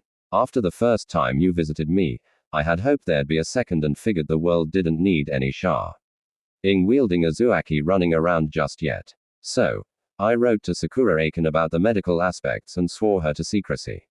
I didn't need Bar-chan to think I was just outperving every chance I got. Dad Bio, she was impressed he'd managed to create a seal that could achieve what he claimed, but Somit. Hing else stuck out to her. Yet, she asked while quirking her eyebrow, causing him instantly to blush and stammer. I mean, not that I was planning on when we would have kids. Not that I wouldn't. I was trying to be safe and stop looking at me like that. Na was instantly rewarded with a giggle and a kiss on his cheek. He turned to see the smile on her face, her eyes shining with amusement. I know what you meant, Naruto, she said, her smile never leaving her face. Oh. Think you can prank the former king of pranks, Na said while getting atop of Itachi. I guess I'll just have to show you why you shouldn't, he said, and instantly started tickling her, much to her protest. There were many threats of inescapable genjutsu or kojutsu hotter than the sun, but it only made Naruto laugh at her predicament. Naruto did have responsibilities on Usuzu outside of spending time with Itachi. Killer Bee had given Jera instructions on how to tap into one's Biju chakra with a measure of control far surpassing anything Jera had seen Naruto manage. Granted, getting Naruto to use the fox's chakra was a maddeningly frustrating endeavor, but for the sake of the war effort in case he was needed, Naruto agreed to figure something out, fighting off a smirk at what Jera didn't know. No, Kurama boomed. Come on, handsome, we had a deal. And in truth, they did. Naruto met Kurama when he was 8. Eniki's belief he was well aware of his status before he ever blackmailed the Sandame was spotted. At first, Kurama was just an angry, insulting temp of a fox. But slowly, the two came to peace with each other, realizing neither was responsible for what the other had to endure. Their relationship had improved to the point Kurama promised when it was time he'd freely work with Na. The reason he'd waited until now is he didn't want his partner and first friend in many lifetimes to be weaponized. If they knew Naruto had free access to his chakra, Kurama was concerned that all other development would end and Naruto would be forced to do something drastic, something he wouldn't forgive himself for so the two could escape. With the pressure of having to become a perfect Jinchuriki, or at least weather the hate of a prisoner, Naruto continued to develop his own abilities while also having someone to talk to when he got lonely. It was a good deal given the situation. That was before I knew you'd willingly made with an Ueha. And if that weren't bad enough, you actually love the vile product of that cursed clan. Ida-chan isn't like that. Also, she killed off most of her clan. Shouldn't that please you? Nope. She left the job undone. Besides, and this is very important, brat, you'd willing sire kits with her. Even now, you want to get this over with so you can return to her bed because she's so good. Like, oh my god, good. I'd consider giving up Ikyaku ramen. Good. I wouldn't give it up, but I'd have to pause and think about it. Kurama, she does this thing with her hips, and she gets just enough leverage. And silence, just why Anyuki her. That Hyuga girl seems nice and has good hips. She will give you strong children. Well, I don't love Hinata. Couldn't tell from that one time you had her on your couch and was taking off her pant. Okay, I get it. That was a mistake on my part. Anyway, can we just do this? It's possible I won't be able to defeat all of these guys without your help. Fine. You know you're going to have to accept your darkness and stuff, right? Yes. Yes. Can we do this so I can go get laid, pervert? You don't get it. Hips and leverage. Yes. I heard you the first time. Okay. So how do I do this? Remove the seal, confront your darkness, and then we fist bump and go kick some. After I spend some more time with Ida-chan, it's a sickness. It has to be. Don't judge me. I'm a man with needs, Dad Bio, Na said, approaching the cage and beginning to remove the seal, only to have his hand stopped by a tall blonde. One Na immediately punched in the jaw. Hi, Tuan, he shouted to the confusion of Minato. Naro, what are you doing? He's doing what you claimed you wanted him to do, dumbass. Quiet, Fox. Hey, don't talk to Kurama like that. Or, Dad or no, Dad, I'll deck you again. Wait, what? Minato said in confusion. Yay, we're partners. He was going to give me access to his chakra before you interrupted. Sigh, can I cook or no? What? The Yandere imprint wasn't having a good brain day. Na just rolled his eyes.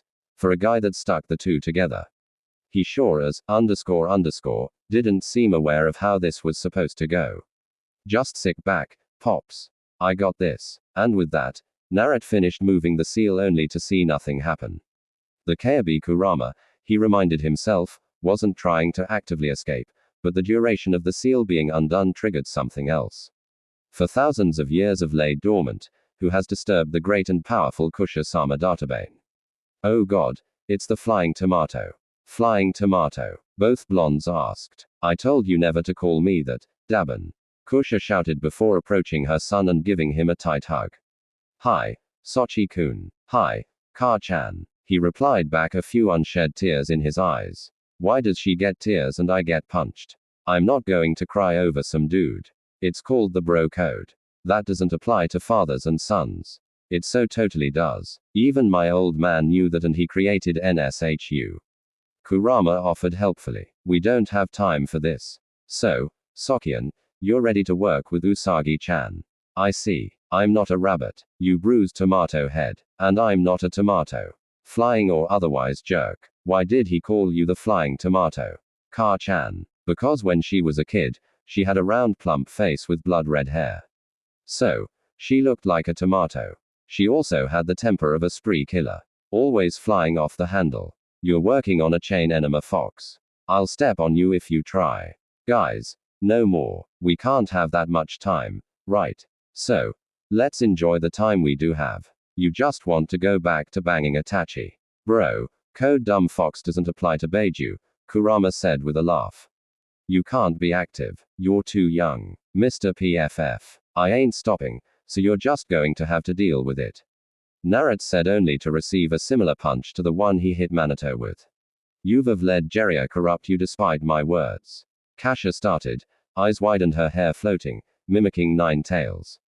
Don't worry, Sochi, I'll beat the pervert right out of you. It's what Ka-chans are for, Databane. Dad, a little help. Ha, no, bastard, Naruto said, which made Kurama laugh even more. He'd felt the presence again, the one he felt while traveling to Usuzu. Fortunately, his extensive security sealed, the Iron Palace seal not only buttressed his sensory abilities, but also offered offensive and defensive responses to unwanted intrusions.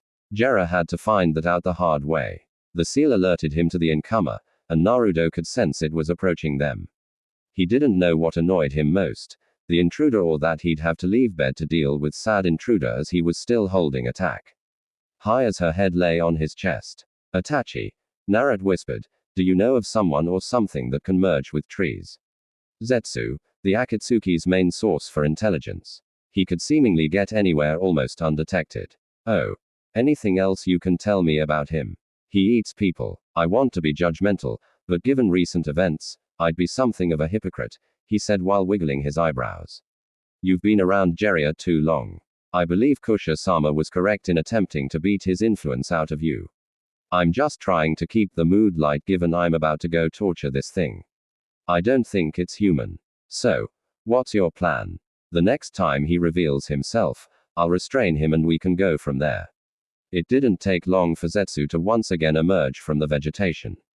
And just as Naruto said, he had a series of seals to restrain him, block access to his chakra and burn him in an eternal flame if Zetsu didn't talk. It was a similar array to what he used for Danzo, a flame that just caused constant pain, but would never truly burn the victim and was sustained by the victim's very own chakra reserves. Na wasn't a fan of his torture seal, but he realized it had utility. Zetsu talked, but not because of the threat of torture. Kaya's will just understood he'd overplayed his hand. His time was up and he'd ultimately failed in his mission to revive his mother. Na almost felt bad for the bastard until he relayed that Tobi was commanding an army of white Zetsu that could mimic anyone, and not even a Bakugan nor most senses could tell the difference. Along with dozens of Itachi of the strongest shinobi in history, the alliance was in trouble. Itachi burned Zetsu with her Amaterasu and the couple found Jiraiya so they could head off to battle. Once the trio was ready, Naruto made them vanish in a flash of yellow. The scene they arrived to was bad. All 5 sitting cage were barely clinging on to life as some long-haired Uchiha zombie mocked them. Sununid's torso was separated from her legs as she was slowly dragging herself toward her legs to reattach them. Jiraiya was dismayed. Itachi was surprised to see just who the Uchiha was. Na was livid, beside himself, downright murderous, and fortunately for him, there were no moral qualms to kill a zombie and an army of plant people. He helped on her path and then shared Kurama's chakra with her so she could fully heal herself and the other cage. Matera, Itachi identified, didn't seem bothered by any of this and just let the Guriki do what he wanted. Naruto surmised that the Uchiha clan must have parables about how arrogance in battle assures victory because that's the only way that makes sense. It took some doing, but Jiraiya and Itachi agreed to go face Tobi with the small army of shadow clones Na provided while he would stay and face Moa. The duo only agreeing to it after he promised he had a plan for the man. Sununid wanted to argue against Na doing this, but she had already failed and the shame of it made her stay quiet. Naruto slowly approached the notorious Uchiha, trying to remain calm as undue haste would result in his death. Come to face me alone, boy? Moa asked. What can you do that those 5 cage couldn't? Even with the power of my pet fox, you're nothing compared to me. Tisk. A couple of questions before we start. It's not every day you get to meet a legend. Seeing moderate consent, Naruto continued, is it true? Hashiyama-sama tried to shove a tree up at the valley of the end, but it was blocked by the 10-foot pole you normally kept up there. This caused the Uchiha to go wide-eyed before narrowing them to slits. That's question 1, brat. One more before we dance and you die. That question was for you to ask me. Like I said, it isn't every day you get to meet a legend. You should be honored, trademark. I'm going to enjoy this, but I doubt you'll last even 5 minutes. When this is over, I'm going to want to see that same energy. 459 later, a blinded and restrained Moa has a look of disbelieving rage plastered on his face. How a shinobi he outclasses in every area managed to do this to him is still something he can't understand. Na, however, just looked ready to finish this stage of the battle. And what a battle it was. Moa spammed high-level jutsu after high-level jutsu only for Naruto to continually dodge but inch his way to his opponent. Eventually it became a Tai jutsu battle and Naruto baited Ma until he revealed his trump card. The chakra arms he could produce. No one knew about them and Na made sure not to reveal them until he could strike. And strike he did. Na created 3 arms, each designed with a specific seal in mind. 2 would seal Ma's eyes, robbing him of his Renegan. And the last would end the bastard for good. How? Mater grunted. I'm just so tempted to say ninja and leave it at that, but I'll be quick. There was an __ that killed my grandfather using the jutsu that brought you back. I was determined to never allow myself to be defenseless against it, so I took a look at the village's forbidden scroll of Shei. Else, it turns out the Itachi isn't that complex. There needs to be a physical body because dead bodies still contain yang chakra. The jutsu calls back the yin chakra of the intended and the DNA or blood along with the chakra provided by the user as the anchor that allows the yin to merge with yi foreign yang. You separate the two and the jutsu ends. I essentially did that except when your yin releases it'll be more like a very small star collapsing and hopefully you'll take that fake with you. What's your name, boy? Naruto Uzumaki. Of course, that clan of second-rate shinobi fighting with ink like a bunch of cowards. Oh no, Mr. Zombie, don't insult my clan. Whatever, loser. Just sit there and wait to be of use. Before he departed, Na had something he needed to tell her. He whispered it in her ear. She looked mildly shocked, but his firm head nod confirmed he meant what he said. He then disappeared in a yellow flash. What did the boy tell you? Asked I. The person controlling the Obito Ensai was Sasuke Uchi. The battle against the eventually revealed Obito was hard fought. He pulled some broken hack's ability to avoid being killed by Naruto's Moa bomb, but it still injured him. The fight against the other Biju was epic. Na, Killer Bee and Itachi worked very well as a newly formed team. Much to Oido's ear, became increasingly unhinged, going for wide area effects jutsu and abandoning tactics. It managed to keep the alliance from landing a killing blow. But Obito was no closer to getting the two remaining Biju. Then Sasuke arrived and literally stabbed Oido in the back, ending the war.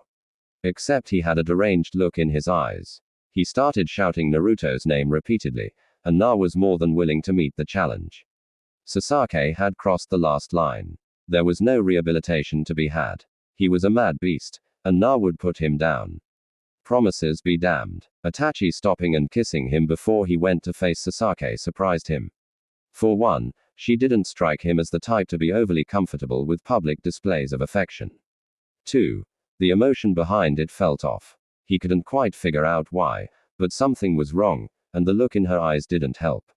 It was when she turned towards Sasuke's direction, he realized what she intended to do. She was saying goodbye, finally going to sacrifice herself for the sake of her brother. And Na was having none of it. But before he could stop her or even move, he felt an arm around his neck. It was Jiraiya executing a choke hold. And even with one arm, it was damn near impossible to break. Jiraiya, stop. Let me go. Na bellowed as if suffering the greatest anguish of his life. Please, Jiraiya, let me go. But Jiraiya wouldn't release Na, and the lack of blood flow was starting to affect him. Na immediately tried to call upon Kurama's chakra only for Sakura to slap a seal on him. Na was blacking out fast. His last sight was of Itachi's back as she marched toward her death.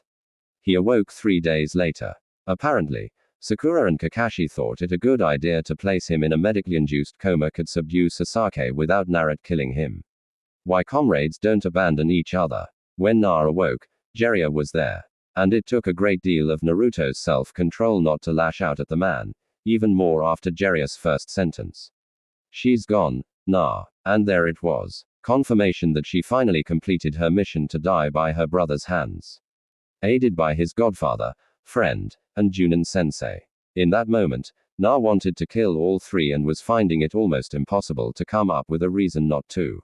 I had been working on a prosthetic since I came back from fighting Nagato. When you turned over Danzo's body, it gave her some ideas. 3 weeks, Na. I'm asking you to sit on this for 3 weeks and then you and I can fight it out. And no matter what the result is, you won't be held responsible. Jiraiya said and saw Na nod. Jiraiya started to head toward the door, but was stopped when Naruto spoke. Why? Because she felt like she had to. Whether you accept it or not, Itachi blamed herself for how Sasuke turned out and for his inability to fight off the darkness. She needed to atone, and I couldn't take that away from her. She'd sacrificed everything for the village. She at the very least deserved that. She deserved a future to have her name cleared and be acknowledged as the loyal kunoichi she was. True, but she didn't want that. She wanted to try to save her brother. Then she wasted her time. Naruto, let it go. Sasuke is in a holding facility, chakra sealed and guarded by a small army of Black Op ninja. Whatever designs you may have on his life, let it go. Why do I have to have designs on his life? He's going to be executed, right? Right. When the advisor's deeds came to the attention of the daimyo, he pulled some strings. Felt Sasuke wasn't completely responsible for his actions, not even helping Obito. Oh no, no execution, but he'll likely never be released from prison. Well, isn't that grand? Leave, Jiraiya. I'll see you in 3 weeks. The duel between the two Toad sages destroyed 3 training grounds by the time it was done. Kakashi ordered all other ninja to avoid the surrounding areas, so no one truly witnessed the details of the battle. But the destruction of the land told the story of 2 Hyle shinobi going at each other with intent and a tear of power most ninja couldn't truly comprehend. Both combatants managed to leave under their own power. But Jiraiya did have to go directly to the hospital, whereas Na simply vanished. 3 months after the end of the war, Naruto received a request from Sasuke to visit him in prison. Na knew the __ wanted nothing of importance, but decided to go to have one final conversation with him. It started off how one could predict. Sasuke admonishing Naruto for his betrayal. How if he'd be a true friend, none of this would have happened. And how it was his betrayal with Itachi that was truly unforgivable. All of that was more or less boilerplate and easily ignored. It was his final statements that sealed Sasuke's fate. Does it hurt Na's gone?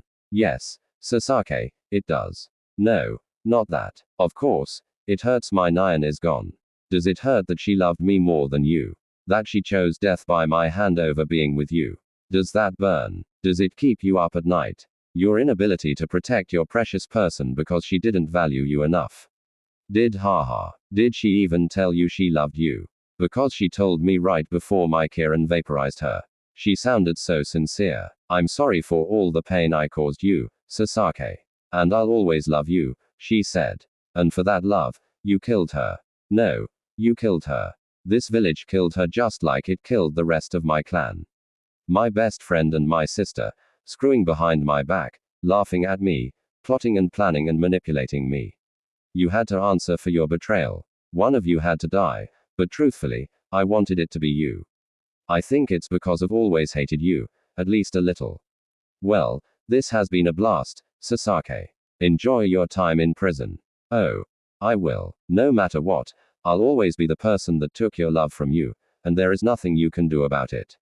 You won't seek revenge. It's not your way. Goodbye, Dobby. Live in misery. As Naruto was exiting the visitors area, he felt a familiar presence arrive in the shadows. What are your orders? Na-sama asked Sai, one of the many former Root members that had slowly transitioned back into village life. And while many wouldn't never fully have their emotions back, they were getting some and were thankful to Na for no longer being beholden to Danzo. Is it all set? Na asked. Yes. We have successfully infiltrated the prison, be it guards or inmates. Good. I want you to do nothing. Nothing? Sai asked in confusion. Yes, nothing. No beatings, no rapes, no violence of any kind, and prevent others from doing the same. I also want him to have no allies, no friends, no one to even share a conversation with. Sasuke knows the hell of loneliness, but it's time for him to be reintroduced to it. As far as anyone is concerned, while in there, Sasuke Uchiha doesn't exist. The only voices speaking to him should be the ones in his head. Let's see how strong he is. It will be done, Naruto-sama. Meanwhile, Jiraiya was glad hadn't left the village yet, and could only hope she'd be willing to help him. He didn't have a lot of people he could trust with this, but it also wasn't a small ask. She'd been less than thrilled with him, Sakura, and Kakashi after they subdued Naruto how they did. Not only was it a betrayal of their bond, but they had no way to be certain all enemies had been accounted for. And Naruto was the only one that could point out the Zetsu that may have remained or had the reserves to face a strong opponent should it have emerged. She understood honoring Itachi's final wish, but she also knows the heartache of watching the person you loved die and being able to do nothing to st. Op it. Things had been tense between the two remaining Sonins since I need your help. Jiraiya stated, seeing no reason to be less than direct. Concerning what? I have a VIP in need of medical care. The village has Sun Unit. This person isn't in the village but needs help. The best which is you. Your absolute secrecy is also required. Then I need details. Jiraiya faltered, wondering if he should tell her now and risk her sharing this information. It's a high-risk pregnancy. The patient has a degenerative disease, but has managed to prevent much of the damage associated with it. However, the disease, the pregnancy, and recent events may stress her body to the breaking point. Who is this person? This sounds serious. If I tell you, you cannot share this information. Please promise me she'd be entitled doctor-patient confidentiality. Jiraiya, it's Itachi. She's alive. He struggled against her grip. Oh. He knew if her intent was to kill him, he'd be dead already. Too fast for him to have truly put up a fight. But being strangled, even if it isn't enough to truly end him, was unpleasant. And while he was sure she wasn't trying to kill now, Sun Unit is volatility personified and may change her ND at any moment. Explain. Stop choking me and I will. Damn it, Jiraiya said and breathed in deeply like air was the most precious commodity in the world. I got a letter from one of her summons. Apparently, right before Sasuke's jutsu could do any true damage, she was reversed summoned. When she demanded to know why, the elder informed her they could sense she was pregnant and felt said future child was theirs to protect. So why didn't she come back here? He left for years because of your loss and you weren't the cause of it. This place, it haunts her. She can't be here. It's too much. What about Naruto? I assume he's the father. I don't know. If she doesn't get help, it might be a moot point. And if you idiots hadn't rendered him comes, she wouldn't have been alone. No, she wouldn't have but game that out. If Na gets involved, it becomes a Team 7 affair. Naruto would have likely killed Kakashi if he'd gotten in the way. And depending on the state of Itachi, maybe Sakura as well. Who else would join in to revenge Kakashi and Sakura even if they were in the wrong guy, which brings along his team? Maybe the other rookies except Guy pulling off a completely suicidal attack who could stand to Na now. One that's lost in heartbreak and rage. At full power, I could for a time, but I was nowhere near that then. If Na was conscious, he was dangerous and I foresaw a bloodbath, except Moa and Obito wouldn't have been at the center of it. I'd rather he hate me than allow him to become a monster in a weak moment. Sununid couldn't deny the logic of his scenario, but it felt like an excuse, a lot of conjecture on what could have happened. But now was not the time to dwell on the poor decisions of her idiot teammate and suicidal Uchiha. She had a patient that needed help. The Sannin made haste toward Itachi, but even still, it took them 2 days to arrive. The small single-tree cabin was entirely unassuming, fitting for a missing nin.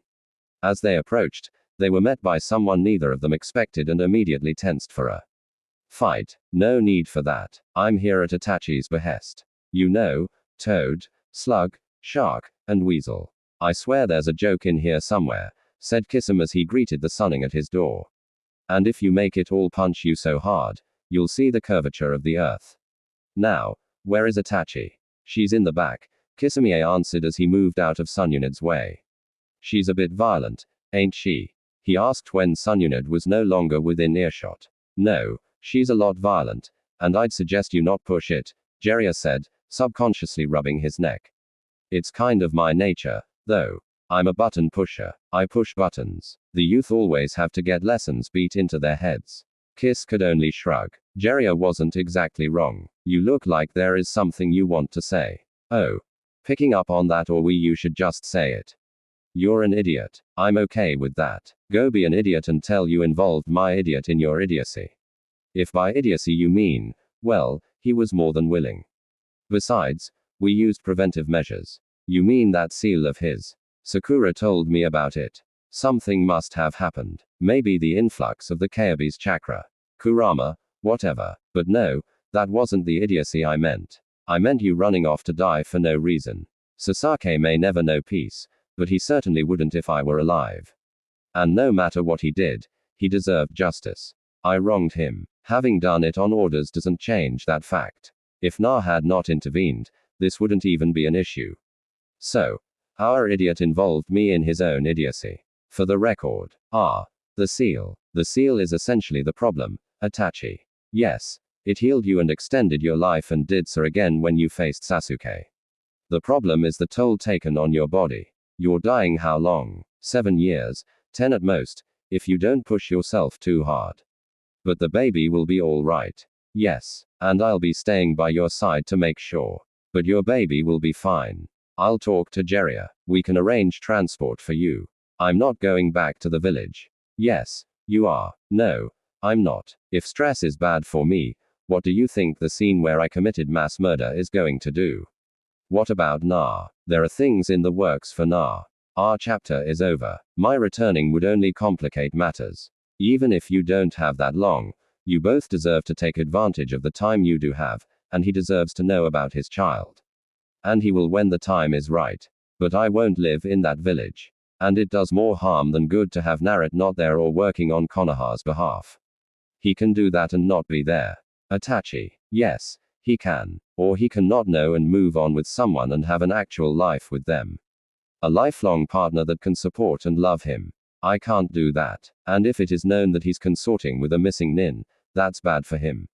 He will eventually know of our child together when I'm sure it was divert him from his dream of being Hokage. Then we'll have to release the truth about the Uchiha massacre. More than a few people know anyway, but not everyone, nor should they. Why are you fighting so hard to be away from him? 7 to 10 years. Will I be an invalid at some point? Would he be reduced to my nurse? Would you want to be remembered like that? So, vanity, dignity. I shouldn't even be alive, but I am. So, I will do what I need to do, but I won't drag him down with me. What benefit is there of him knowing I'm alive? Yes, he will miss some time with his child. And if he never forgives me, I'd understand. But what else? I'm not the only person that cares for him. He'll have options. A woman that doesn't come with my baggage and can actually be a life partner for him instead of whatever I'd be. He can be happy. He will be happy. Haven't you learned your grand manipulations don't work? They will this time. Last time I had no one to ensure they wouldn't fail. That's not the case. And who is this person that's going to aid you in this plan? The one person who wanted me away from Na more than you did. His little Asanade snorted despite the seriousness of the conversation. Jiraiya told me you didn't much care for her. I have no strong opinions on her one way or another except she genuinely cares for Naruto and will help him move on. Even if they don't ultimately end up together, she'll be of use. I assume she's grown a spine. Kitty has claws, you know. Just because you say really jealous things with a monotone doesn't make them any less jealous. I am not jealous, lady. Sure. Well, we need to make arrangements. It seems I'll be out of the village for a while. Thank you. Don't. You're essentially carrying my grandchild. Even if Na is going to hate me when this all comes out, I wouldn't trust anyone with this but myself. I thank you all the same. By the way, would you like to know the gender? Hi, you're having a girl, Tsunade said before turning to leave as Itachi had the largest smile she'd ever made on her face. Walking out to get some air, Tsunade is instantly questioned by Kisum. Hey, super tits, house is as far as Kiss got before he was sent flying by Tsunade's right hook. You got something to say? She asked Jiraiya. I just want to know if she's all right. I can't get into specifics, but she and the baby are not in immediate danger. I'll be staying with her to make sure that continues to be the case. As she finished, Kisame returned. Damn, you pack a punch. That should encourage you to watch your mouth in the future. No, that's not my style. Just like your style isn't calm, reasonable discussions. You're ultraviolent. I like that in a woman. I'm a high-functioning sociopath. A cynical man for a cynical world to boot. I won't promise you love. Don't know, about it besides I've seen what it's done to Itachi and that, is toxic. But I am loyal and durable and gifted in the right places. What do you say? Let's make this thing work. Kiss said only to be greeted with another punch, flying in a similar trajectory. I have to admit, as far as confessions go, that wasn't awful. You always were the weird one, Tsunade. What? Tsunade said in shock as there was no way she was weirder than Orochimaru. Days turned to months, and before they knew it, Itachi was ready to deliver. The affair was intense for the two male spectators. Jiraiya making a point to be there in Naruto's stead. When she arrived, Itachi was overcome with emotion. The little girl that once haunted her dreams, the impossibility turned improbability. Now reality was in her arms. She saw the barest hint of blonde hair on her head, and her eyes were just as blue as her father's. She even had whisker marks, though 2 on each cheek instead of 3. She was beautiful and Itachi cried. Cried from the joy. Her child was a product of love. Ill-timed, inconvenient, but love all the same. She cried because she knew her child wouldn't have a normal childhood due to her choices. She cried because she'd leave her child around the same age she left Sasuke. And she cried because while she truly believed it was for the best, she wanted Naruto there to share in that moment. She wished she had been free of her ghosts, able to truly support and be with Naruto as he continued to do great things. But actions come with consequences, and these were hers. But for this moment, she could cry for the bitter and the sweet, the gains and the losses. Seeing her overwhelmed, Tsunade, Jiraiya, and Kisame gave her a moment along with the baby, which she greatly appreciated. It took her a moment, but Itachi finally collected herself and could only smile at the bundle in her arms, now resting peacefully. Not wishing to disturb her, Itachi simply whispered, "It's nice to finally meet you, Izumi Uzumaki." Chu-chan, the small boy shouted. He'd have startled his poor father if said father wasn't a world-class shinobi and also pretending to be asleep so he could spend more time in bed with his wife. "Seems you've been summoned," his bedmate said sleepily. "Maybe if I keep my eyes closed, he'll get bored and go away." "I can hear you, Dad. Bossa," the boy said before jumping on his father, causing the man to grunt at the additional weight. I'm up now. What can I do for you?" "Hey, and I want you to play with us." "Sure, son, no problem. But did you really have to wake me up for that? I don't have any missions today." "It could have waited." "No, it was too important." The boy sounded out as if the word was foreign to him. "Oh, was it now?" the older man asked, only to see his son nod sagaciously. "Fine, let's get breakfast and get ready for the day, so I can take you both to the park." "Yay," the boy shouted, finally climbing off his dad and running out of the room. "Good thing you didn't have any plans today." "I actually did, but seeing as how it involved activities that led to that little," he stopped at his wife's glare. "Bundle of love I could not picture my life without." He stopped to see if it was sufficient, and it was. The glare was gone. Maybe it was for the best. Probably. Besides, I'm not producing any more Uzumaki anyway. Your clan must have been genetically inclined towards large-headed babies. Gasp. "I cannot believe you said that." "Gasp again," he said. "To make up for this slight to my ancestors, restitution must be paid. I had to push him out. Restitution has been met. Sorry, it has not. My ancestors cry out for justice, and I must follow through." "You sound like the temp husband." "Oh. Harumph, harumph, harumph. Now, I must avenge that most grievous slight," he said with a glint in his eyes. "Whatever you are planning, don't do it. But I must. I'm warning you, Naruto-kun. It takes some of the bite off the thread when you add, darling. But all the same, I will brave your wrath as my quest is righteous," he said as he tried to pin her to the bed to only have hold of a pillow. The seasoned kunoichi using a well-timed substitution, but her distraction didn't last long enough for her to escape as Na was immediately upon her, hugging her from behind. "Now I have you in my clutches," he said, starting to gently move his hands across her body and kissing her neck at the collar. "Ah, bone. Oh. Whatever shall I do? To you, Chan, breakfast harump. Why can't he be cute and quiet like him? He's too much like you." "I suppose so. Let me go feed him before he gets any louder." Na, Boruto, and Himari were enjoying themselves in the part when the Anbu and Hinata arrived. Naruto felt the chakra signatures approaching, but wasn't concerned. He didn't sense any negative emotions from any of the parties. That changed when he was told why they were there. Apparently, Jiraiya and Tsunade needed him to meet them at a location outside of the village.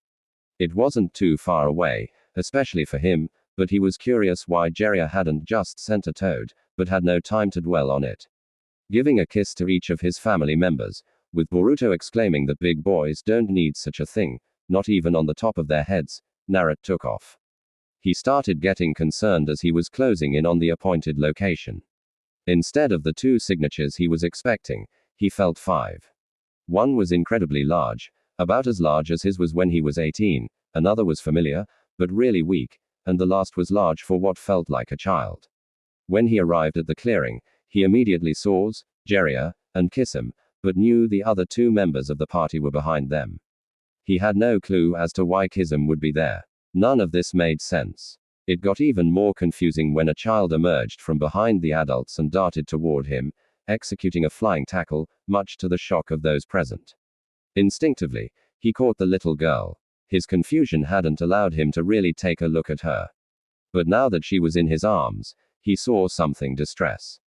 Eyes blue like his, 2 whisker marks on each cheek and long stringy blonde hair.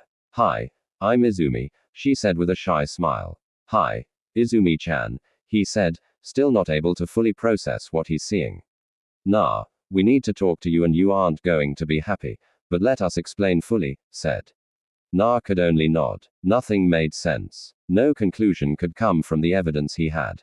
Things he knew to be true until the last member of the group revealed herself. How was all he managed to get out, but truthfully, he had so many questions. How was she alive? Why did she allow him to think she was dead? Why did she keep his child from him? Why did Jiraiya and Tsunade help? Did they know? And if so, how long? He was overwhelmed. He couldn't process it all. He didn't know if he should be happy or livid, and sure as hell couldn't manage to do both. He didn't even realize the few tears that had fallen from his eyes. All of this too much for his heart. He'd mourned his first love, and with effort and a good deal of patience from Hinata managed to move on. But she was alive the entire time. Alive, but from the feel of her chakra. Not well, at least not now. Every adult could see the war happening inside of Na as he tried to process all of this. Before we begin, maybe you should escort Azumi to the village with a shadow clone. Na nodded and created a clone seamlessly, handing his daughter off to the construct. Wait, she said, getting out of the grasp of the clone and running toward Itachi, tears pouring down her face. Can't you stay? We talked about this. My time has come, but you won't be alone. And as long as you keep me in your heart, I'm never really gone. Right, right. Besides, you have some younger siblings, and you want to impress them, right? Hi. Then dry your eyes. This isn't a sad day, sweetie. Remember, this isn't goodbye. Just goodbye for now. Itachi smiled at her daughter before poking her in the forehead with her index and middle finger.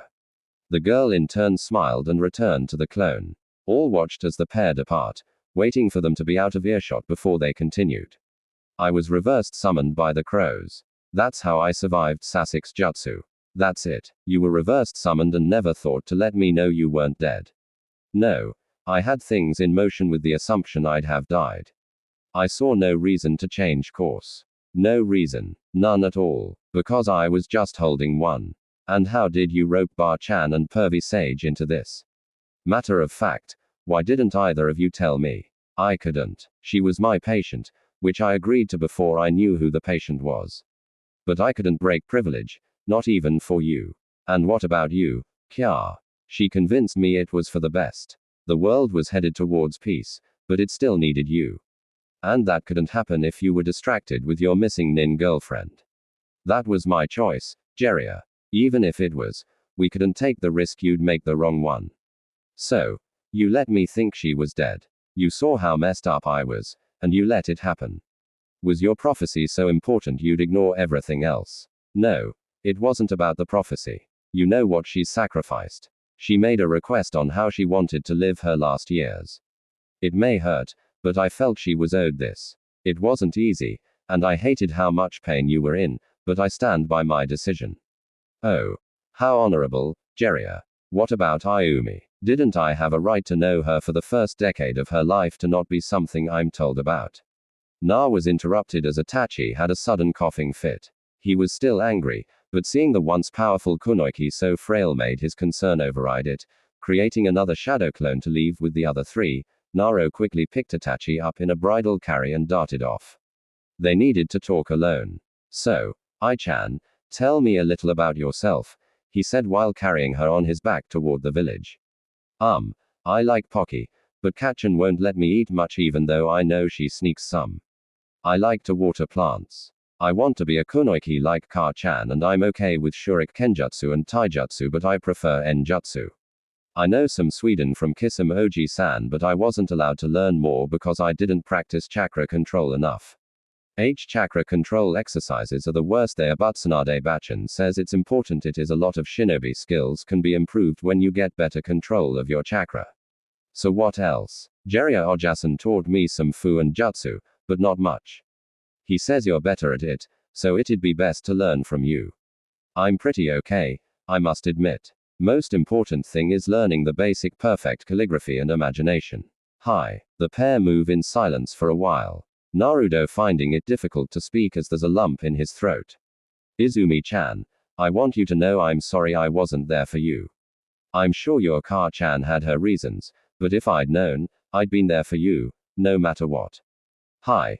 Ka-chan explained it. She says, you have a hero's heart. That's why you can connect with people, but if you knew about us, you wouldn't want to be a hero anymore and instead focus on us. She said that with your help, the world was becoming more like she'd always dreamed it be. But in exchange, we had to sacrifice time away from you. Oh. Is that what she said? Hi. Well, I don't know about being a hero, kiddo. Didn't you fight an alien on the moon to rescue a princess? More or less. Sounds pretty heroic to me, Tan. I suppose it does. Hey, would you like to know a little bit about your brother and sister? Hi. Well, first there's Bolt. He looks a lot like me, so I guess he looks a lot like you, too. But don't tell him that. He's sensitive about looking girly. He's a bit loud and very enthusiastic. I have enough strength left to burn you with an Amaterasu. I am not produced that you just pick up and carry Naruto Uzumaki. Itachi said as Naruto sat her down on a cliff in an out-of-the-way mountainside. No. What you are is the most vexing woman to ever exist. Make me understand, Itachi. Why hide from me? A lot of reasons, some of which we'd gone over, but it was partially because I didn't want to watch you watch me with her away. I wouldn't have cared. I'd been there for you. I know you would have, but I wouldn't have been me, that person you respected, or that inspired you. I would have been something frail. I didn't want to make you my nurse. I know it was selfish, wanting to protect your image of me, but I just couldn't let you see me like this day in and day out. Or worst yet, watch you obsess to try to find a solution when there wasn't one, and then see a piece of you die as you convince yourself you were failing me. Neither of those were appealing, especially the idea of you putting your life on hold. You gave me 10 more years than I was supposed to have, and you gave me a beautiful little girl, and I could give you nothing in return. Itachi, all I ever wanted was you. I didn't need anything else. But what about after I was gone? I don't know. I would have had to figure something out, but you didn't need to socially engineer a preferred outcome. Why not? Aren't you happy with Hinata? Very much so. Good. Then you wound up with the only other person that loved you as much as I did. If I couldn't be here to support you, to watch you become Hokage. I wanted you to be with someone that could share in that experience, to be your strength when you needed it. Na could only sigh. Itachi had such a convoluted way of thinking, and it often centered on doing right by those she cared about while inflicting a good amount of pain on herself. She was a genius of a kunoichi and utterly unsuited for the shinobi lifestyle, as it just twisted her in knots. He was awash in so many conflicting emotions about what she did, but he knew she took no pleasure in it, truly trying to do what she felt was right. The two sat in silence as they watched the sun start its daily descent. It was reminiscent of the times she sat with him at the park when he was just a lonely little boy with virtually no contact, but her mere presence could comfort him and soothe his wounded soul. It also reminded him of their time in Usuzuyo and how during the shinobi world's greatest threat, these TWO found a moment of true honesty and intimacy with each other. It was bittersweet as much of their history was, but it was theirs. And now, 10 years later, the first woman he ever loved is with him again. The mother of his oldest child is inspiration and guiding light. And it was almost overwhelming to think this time would truly be the last he'd see of her. To have her for a brief moment only to lose her again, it felt reductive to call it cruel. A relationship built on bad timing and best intentions. As if fate itself conspired against them. Sensing he was becoming increasingly distraught, Itachi turned toward Na, cupping his cheeks so he'd face her as well and kissed him. It was not a kiss filled with searing passion, nor one of tender melancholy. It was reassuring, a sign he'd be okay. Leaning against his forehead, she felt her end nearing. And with the last of her strength, Itachi spoke her final words. Goodbye, my love. No, just goodbye for now. So guys, what do you think about this Naruto story? Tell me your opinion in the comments. And if you want more Naruto what if stories, make sure to subscribe to Universe of Naruto. Thanks for watching.